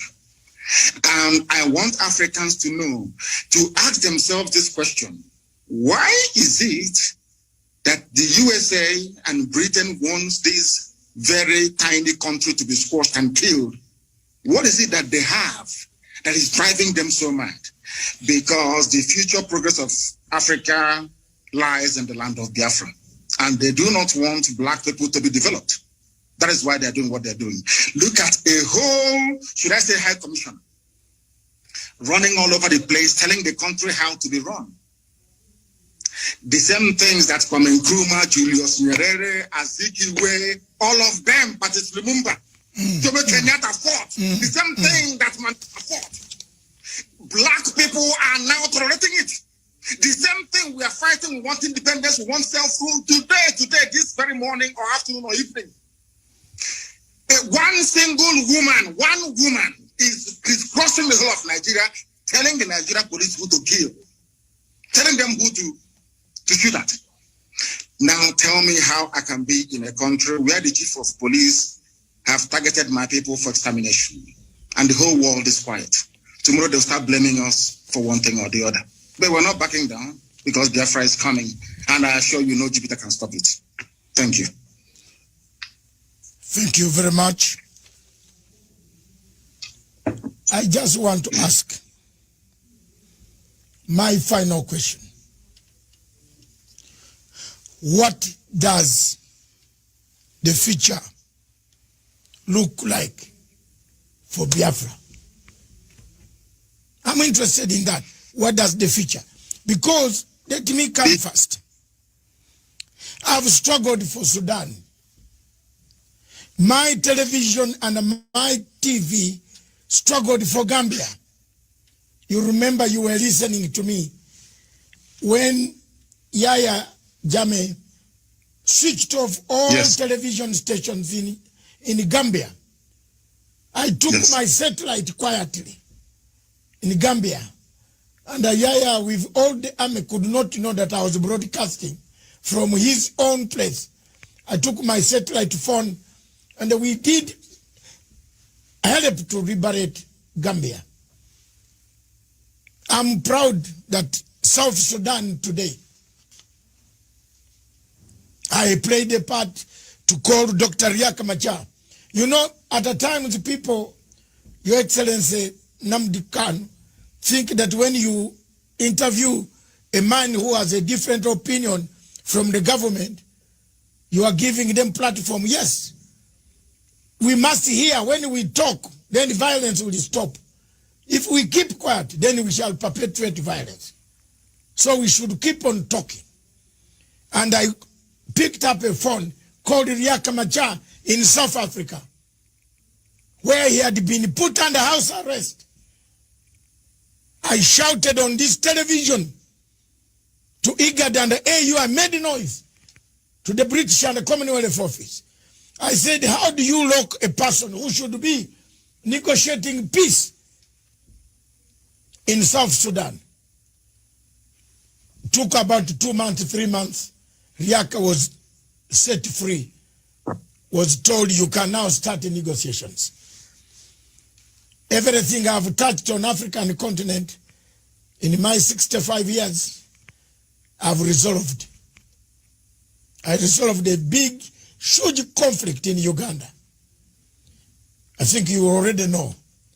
Between the Lord Resistance Army and the President Museveni.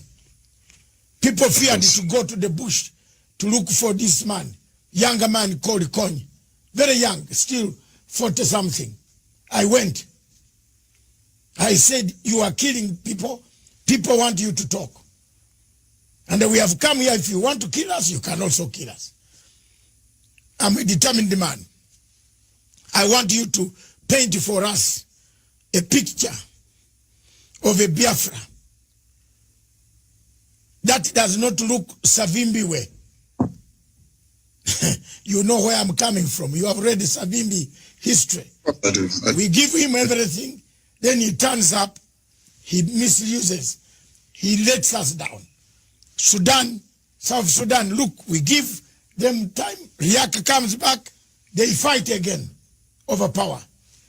I have been there for Cameroon, the Amazonian people. I'm bringing them again. Now they have several factions.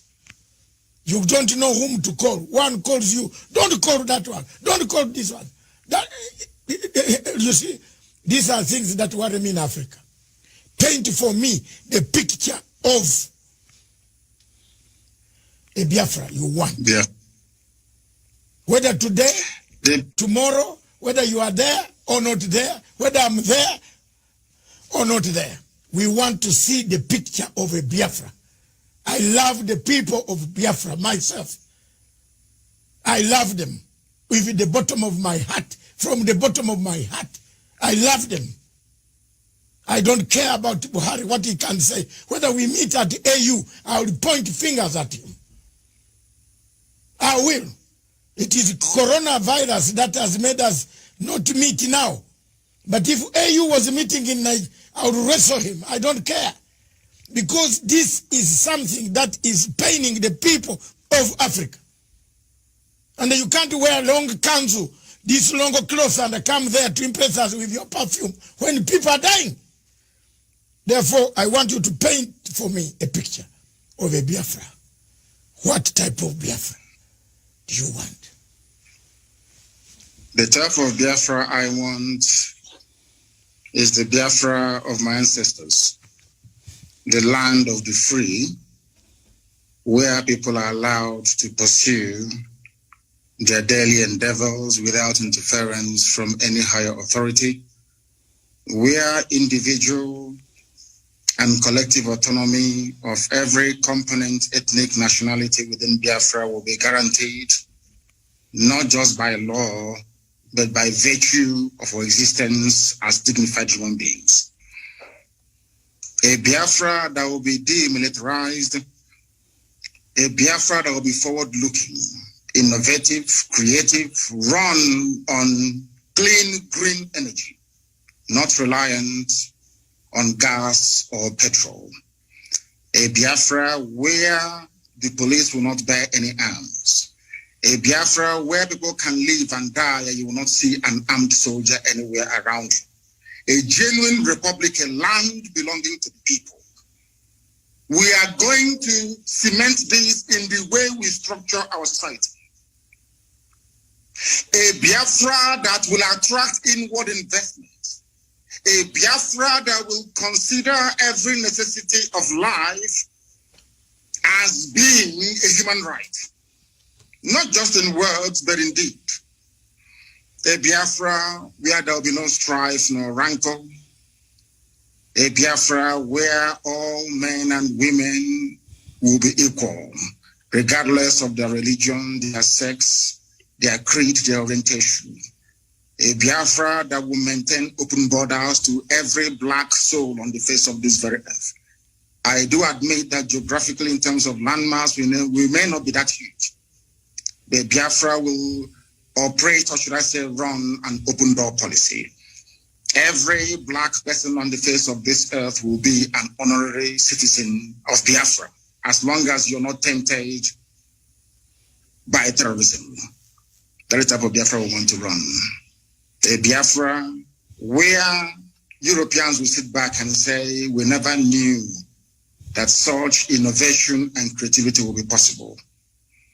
A Biafra that, should I say, the likes of Rwanda is a forerunner to, because today they are doing very well as well. That is the type of nation we are going to build. A truly democratic nation, not through the force of arms, but through dialogue and negotiations at all times. Nobody is going to lord it over anybody else. My ancestors never did. That is why we remain the only people not to conquer any other piece of territory, and nobody conquered us until the white man came and our temple fell in 1904. That is the land we're going to go back to. A Biafra of very many nations, a Biafra of autonomous nations within, governing themselves according to their own rules, where nobody will sit at the helm of power and dictate for others what to do. And we are going to accomplish it by the grace of God Almighty in heaven. Now, I know that constant references are being made to Southern Sudan. But I want to let people understand that even after the USA became free from British colonial rule, they also went through a very bitter civil war. And that did not stop them today from becoming preeminent in every sphere of human endeavor, militarily, economically, socially, in every way. So I do believe very strongly that Southern Sudan will rise up to be strong once again. All these are teething problems. You also mentioned the issue of factionalism. It is when people put the interest of themselves and their controllers well and above that of those that they are serving. That is why I said, and I have said this repeatedly, I will never ever lead Biafra politically. Once Biafra is restored, my job is done. I want to be able to prove to our people what sacrifice means, so that those who will come after us will know how to treat our people with respect and with dignity. The thing about Africa is somebody gets into power and they want to stay there forever and ever, see if there is something in it. The little work that I'm doing for Biafran people is very tiring, very, very stressful. Sometimes I don't even know how these presidents manage to sleep. Maybe they don't love their people that much. If you love your people, you cannot sleep at night. Any president in Africa who's not suffering from high blood pressure, you're not sick. That means you're doing something wrong. You're not doing what you're supposed to do. If you're concerned about your people, then I expect you to be very ill at all times. So that is the type of Biafra that we need. That's the type of Biafra we're going to have. A type of Biafra where the wealth, well-being, of Sub-Saharan Africa flows from. And I can assure you we are going to deliver it. We will deliver it. The Pan-Africanism that we talk about is going to start from Biafra, because mind you, I did not say that we're just going to have Biafra and then we shut up all the borders. No. What we want to do is to return to our organic political cultural arrangement. Should Biafrans wake up the next day to say, oh, we want to be the same country with Oduduwa, all well and good. Should Biafrans wake up and say, oh, we want to expand into Amazonia, all well and good. As long as you take the consent of the people with you, this nonsense that the Europeans did in Africa, we want to reverse it. That God Almighty heaven may look down and be very proud to say that at last, I have people who are after my heart. And that's what we intend to do with Biafra. Thank you very much. Thank you very much. Viewers, we seem to have covered most of the areas. It is the first time and it's not going to be the last time. Until we liberate, until we achieve the objectives, the aims, the vision of a better people on the African continent. His Excellency Mazi Nnamdi Kanu will return at one time to give us his other views. By then messages, today the leaders in Africa watching for your information, I linked this to South African President Ramaphosa. I linked this to, of course, the president here. His handlers are watching. President Emerson Mnangagwa, Office of Foreign Affairs, and his President's Office, they are watching. Several SADC members and several African, Your Excellency, the Pan-African President in Kampala, President Yoweri Gakuta Museveni, he has added another name, which is very complicated. He's watching. He's interested in the Pan-African views. They are watching. They watched. But I want now to calm down and slow down and give you a chance. Give you another 5 to 6, 10 minutes. Enjoy them. Tell your people the message. Send it to them. Millions of them, millions and millions of them. As we talk in Onitsha, in Abra, in all those places, in all those states in the southeast, those who are suffering under the heavy, disguised Boko Haram terrorists who have invaded, they are embedded in Nigerian army, coming to kill people. Give them hope. Give them hope that salvation is on the way. Give them hope that tomorrow will be a better tomorrow. Give them hope that Africa is aware. Give them hope that the world is not doing nothing. What we have done today has enlightened so many people, so many countries, countries that have Nigerian refugees who are fleeing because Nigeria is disintegrating. They are benefiting from this program.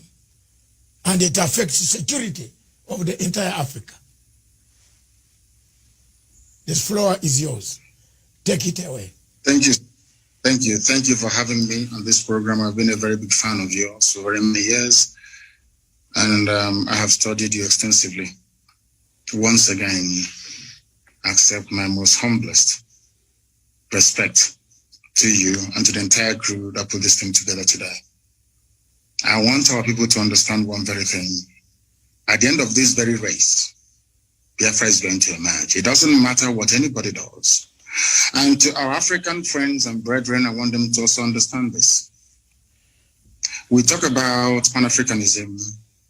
Pan-Africanism cannot take off without Biafra, because we do need a genuinely free country in Africa to be able to drive that very critical and important initiative. We are seeking to build a country that God Almighty in heaven will be very proud of. And though the Janjaweed, the Fulani Caliphate have sent their armies of conquest into our land, that this very day We don't even know if those who are killing us are doing so on behalf of the Nigerian state or they're doing it on behalf of the Islamic Caliphate. Because as you well know, ISIS is now in Niger State. Very soon they'll be in Kogi, and then from Kogi they'll come into Anambra, and the real war will begin. Remember, very many years ago, I told you one very critical point for you to bear in mind at all times. So basically to guide you in all your deliberations and your thinking about Biafra. They're going to kill us. That is true. But that is not going to stop Biafra from coming. We are going to do all we can to defend our land and to defend our people. The whole world may appear to be against us, but we have done nothing wrong. That is the most frightening thing about this whole thing. If you ask the world, what did Biafra do wrong to you? Nobody can tell. Nobody can actually explain to you properly. Because they want a world where very illiterate, nomadic set of people will be in charge of governance, where you have refineries and they're no longer working, where you produce oil and gas, but still import kerosene and fuel for your cars, where they want to impoverish the people. For those who may not be acquainted, or should I say familiar with the book that one of our very good friends wrote in years gone by, Walter Rodney. He was at Dar es Salaam University where he was assassinated by the CIA very many years ago. Walter Rodney wrote a very compelling book called How Europe Underdeveloped Africa. What we are witnessing today is precisely what he was trying to explain to us. If you allow yourselves to be taken over by greed, by self-preservation and the trappings that you find in North America and in Europe and in Far East Asia, you will never ever develop your land. We are fighting for Biafra that we may restore our lost dignity. We are fighting for Biafra that Black people all over the world may be set free at last. We are fighting for Biafra not that we may have or commence the building of a large empire, not at all. We are asking for a Biafra where we can live and die with a semblance of dignity. Because right now people are dying, but there isn't any dignity. We must stand very tall and very strong, resist our enemies. That thing that we are thinking now that is impossible to accomplish very soon, you will say it. We must remain resilient. We must remain devoted. We must remain unflappable. We are not going to retreat, not one iota. If at the end of this race there is only one Biafran man and one Biafran woman left, may they continue to expand. They killed us, 5 million of us, after the war. After the war in 1970, we had lost 5 million people. But there we are still the largest ethnic bloc anywhere in the entire Nigeria. Because God is faithful. And at this very critical time, this very Elohim that we worship is not going to abandon us. I'm not saying we're going to fold our hands in prayer and fasting alone. No, we are going to do what we have to do to ensure the survival of our race. An attempt has been made in the past to exterminate us. The British supported the killing and the mass slaughter of Biafrans because of crude oil and gas. That Ojukwu told Harold Wilson, we cannot give to you.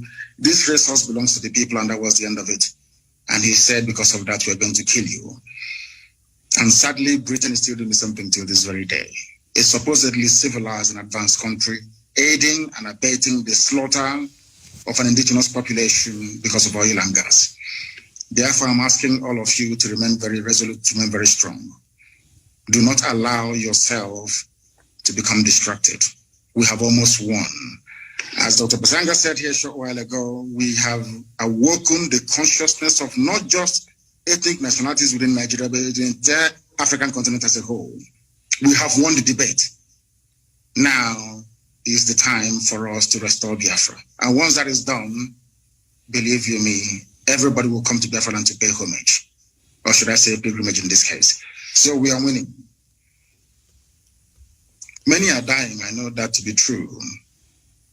A few days ago, we lost the mother of our very, very formidable barrister, Okorafor. But that's not going to stop us, because I know that they will kill us, we will kill them in the end. Biafra will come. and Biafra is very, very close. I want our people to develop the mindset of the Afghans. Never say die. There were a group of people called the Mau Mau in Kenya. There were a group of people called the Kumeko in our land. These are the two people that fought the British to a standstill. Go and ask anywhere. And the remnants, of course, of Benin Kingdom, we must acknowledge them because they also fought very gallantly as well. We did not fight because we didn't like the Bible that the white man brought to us or the whiskey that accompanied it. We fought because we are free people. The time has come for us to restore the kingdom of heaven upon the face of this earth. The time has come for Biafra to be reestablished. The time has come for Black Africa to be free. The time has come for every Black person, regardless of where you are in the world, to stand tall and to say, I am an African. Remain very strong, remain very resolute, and may Chukwukika be with you all. Thank you. Thank you very much. Thank you, sir. Thank you very much. Before you go, I would like to show you the newspapers in Kenya, in Nairobi. You are very far. You must be missing some of these papers. The Standard. Can we, production team? I'm on the ground now. The Standard newspaper in Kenya. The headline here is not only Biafra, where we still have. The only problem in Kenya, we don't have a crisis of dividing a nation. We have the Standard newspaper said, who failed Uhuru? The blame game. That's the headline. But one key thing that stands out in the newspapers, why we are struggling to put Africa in order, is His Excellency President Uhuru Muigai Kenyatta last night opened one of the biggest ports in Africa. You talked of Nigeria having oil, but it doesn't have even petrol at the petrol station. Jesus Christ.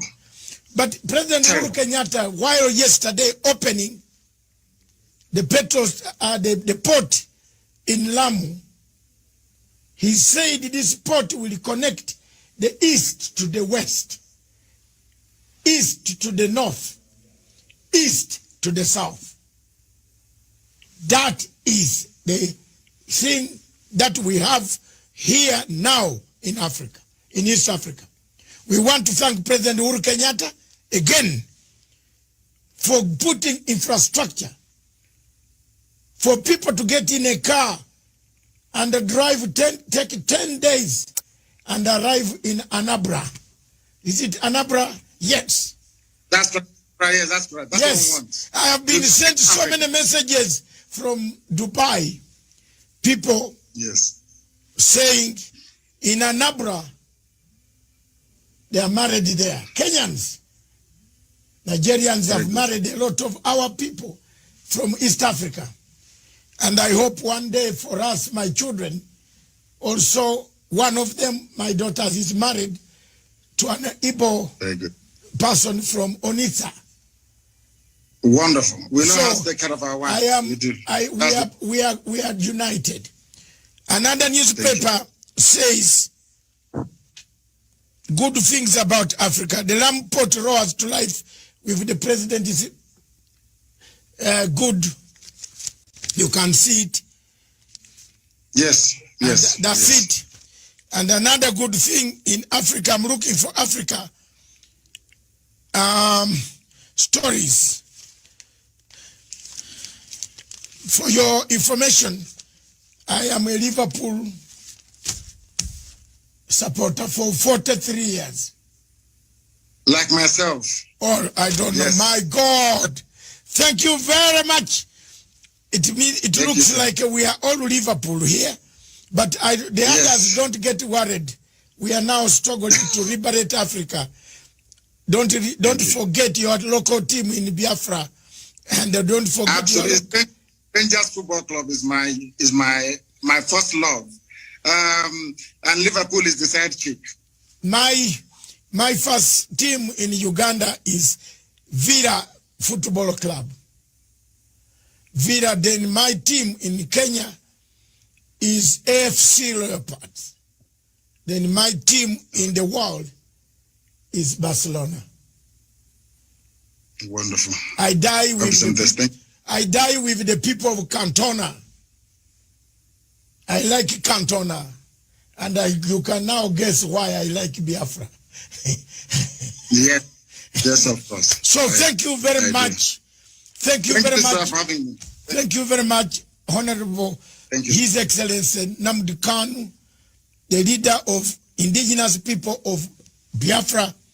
I want to take this opportunity to thank you and to tell you that my television station is linked, will be linked directly to every system of the Biafran people, everywhere. Thank you very much. We shall, let's today make a formidable move.